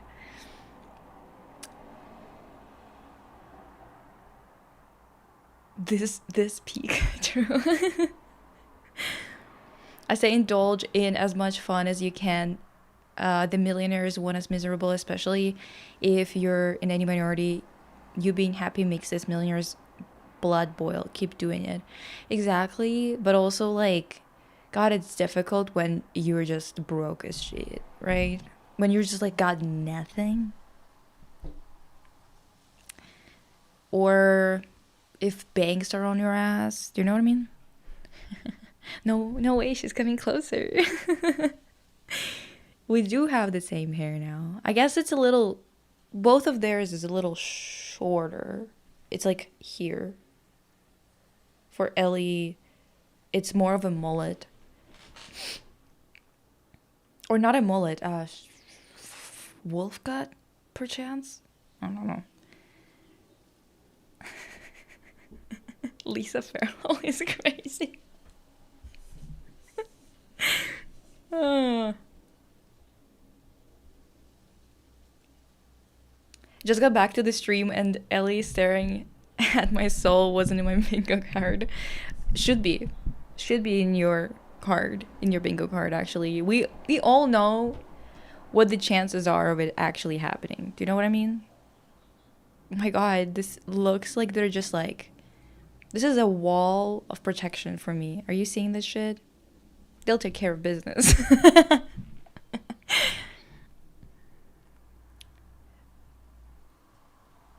She will defeat male gaze Ellie in 1 second. I genuinely like male gaze Ellie. How did that even come about? Why would that even be a thing? Like, you know? Listen, the hair may be the same, but yours eats. You're like the uwu version. The eggu version.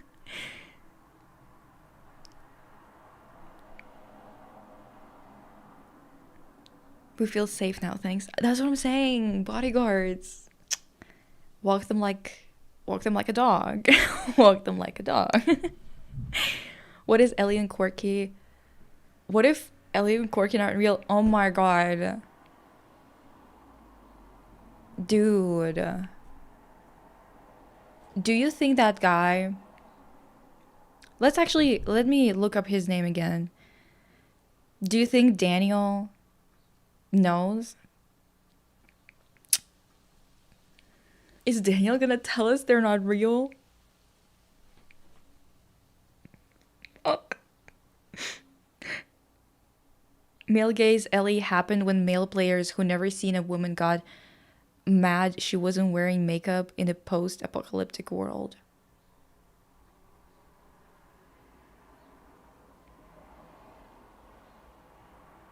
There's a lot of things she's not wearing or doing that that they wouldn't be fans of. I would be a fan of, though. It's fine. Narissa's Night of Destruction. You're so right.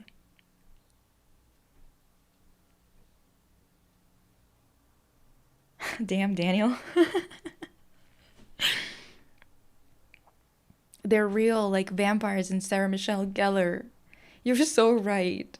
And Boreanaz. Shit. Where was Daniel in 1992? Oh my god. Hi. Gotta take a nap. Sounds wonderful. The concept of an apocalypse before... Okay, you know what? You know what's funny to me? Yellow Jackets, like everyone always talking about how, oh, Yellow Jackets is like such a gay show. Like a lot of gays love it or whatever. Diva, what are you talking about? Well, I mean, yeah, it's true. They do love it, but I'm talking about the male gaze, the male gayness of it all, the male gaziness of it all. Like, remember that girl who got filleted at the end of whatever season, maybe season 3? I know everything that happens in the show. I haven't seen it. Is there a single show that I actually watched?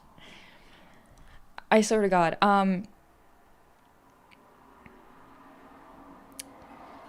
And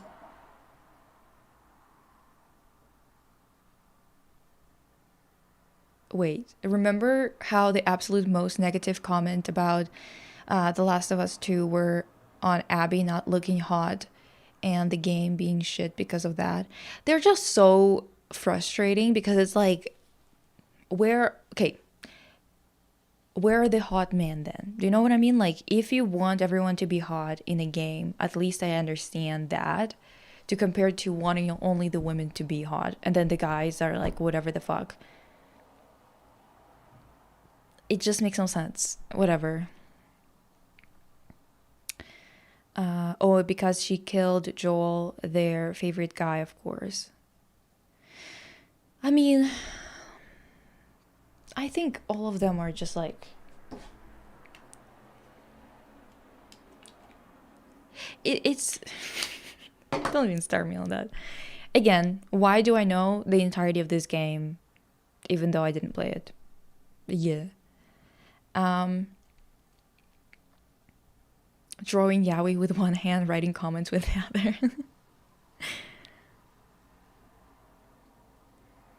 Yellow Jackets really went to piss in season 3. It was too much and not enough. It's like, I think they're so unforgivable. The characters of Yellow Jacket, not all of them, but I guess the only one that I thought is forgivable is the one that's already dead. So it's like, not the only one, the two, right? And also, like, I always love the Queen Bee, like Jackie, as a character, you know? This is the one character that usually is entertaining to me for sure. And I just like getting rid of her so early on. It's like, damn. People literally made shit up about Abby being trans because they read an article that there was a trans character in the game and they just assumed it was her.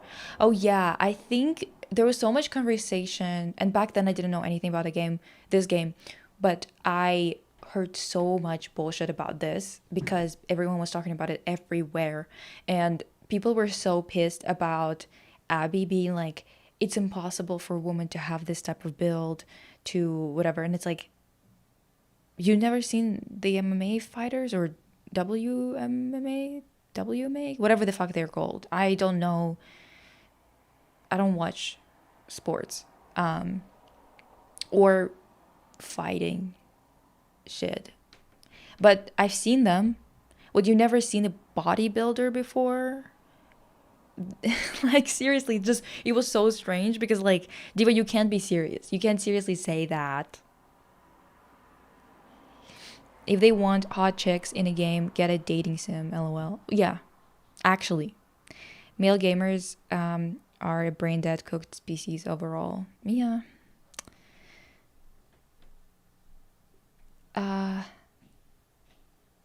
They reduced Captain America's peen size in Marvel Rivals? No way. No way.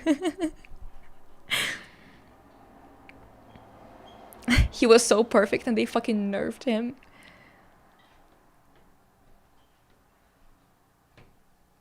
Did they do that because the men were complaining? Going to go nap too? Gotta keep telling ourselves not to waste our revolutionary potential, diva comrades. Bye bye. Yes.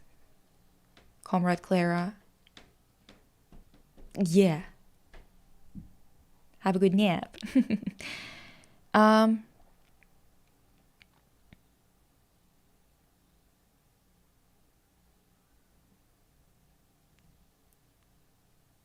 am in the fort.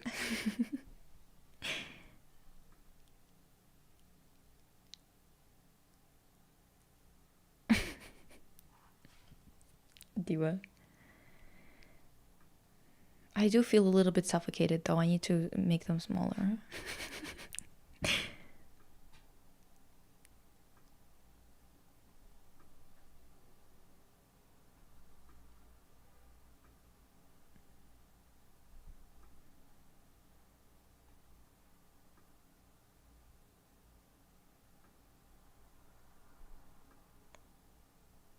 How did you realize about the size change? What the hell?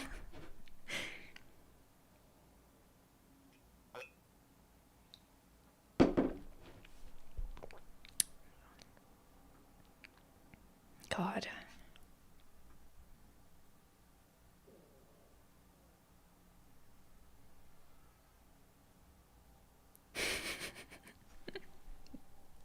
Yaoi expert is crazy.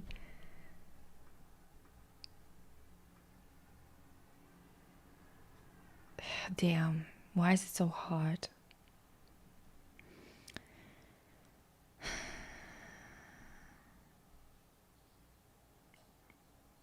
No, she's not. She just left. She just went to go nap.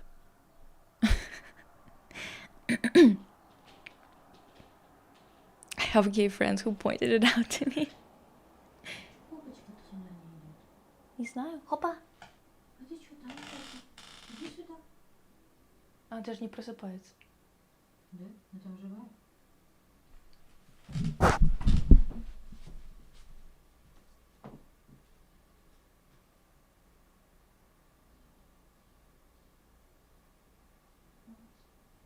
Лиза?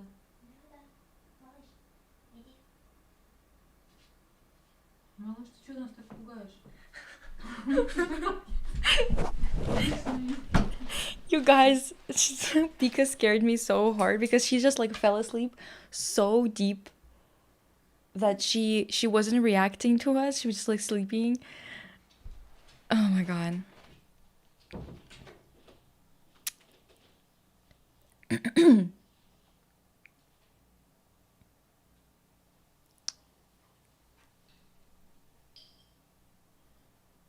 I was rewatching old streams and realized, where is Chat Lisa? Exactly. Where is Chat Lisa? Can't believe it. We've been abandoned. Can't even have 6-inch Captain America in my game. Literally 1984. 6-inch pumps, play with his balls, dunks.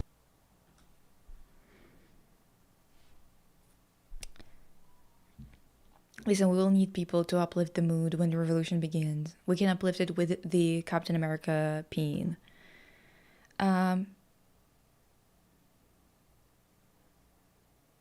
First kill thoughts. What's first kill? Bitch, that's a roller coaster right now if you know Russian. I got scared with you. Exactly, like why are you scaring us like that? She just like fell asleep so like hard. I was like Hopa? Pika? And she's like she couldn't give a flying fuck. I don't know how you feel about Madonna's new album, but for me it's so mid. Confessions 1 was a masterpiece compared to this. I don't really care for this genre as much because like I really like what's the Bedroom Confessions? That shit hits. Okay.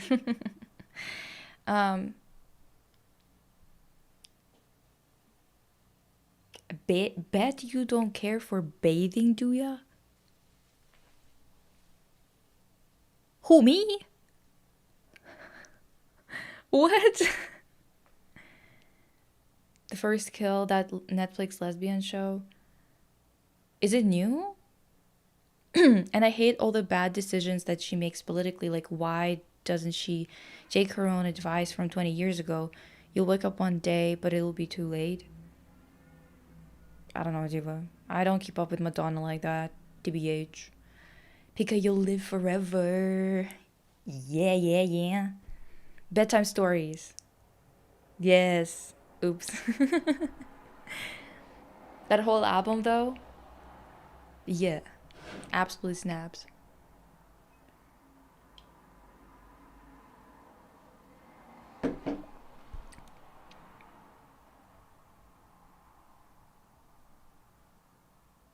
Six-inch pumps, play with his balls, dunks. That's for you guys. I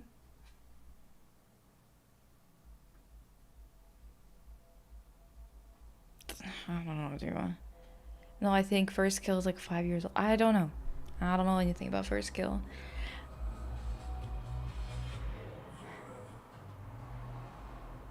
I don't know if you could hear that. Pika Forever Young. Always baby. She is.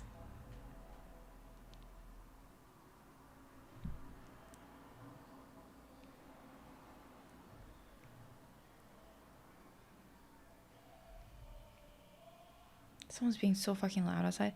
Okay, you guys, I'm gonna have to go take a nap as well because I can barely think.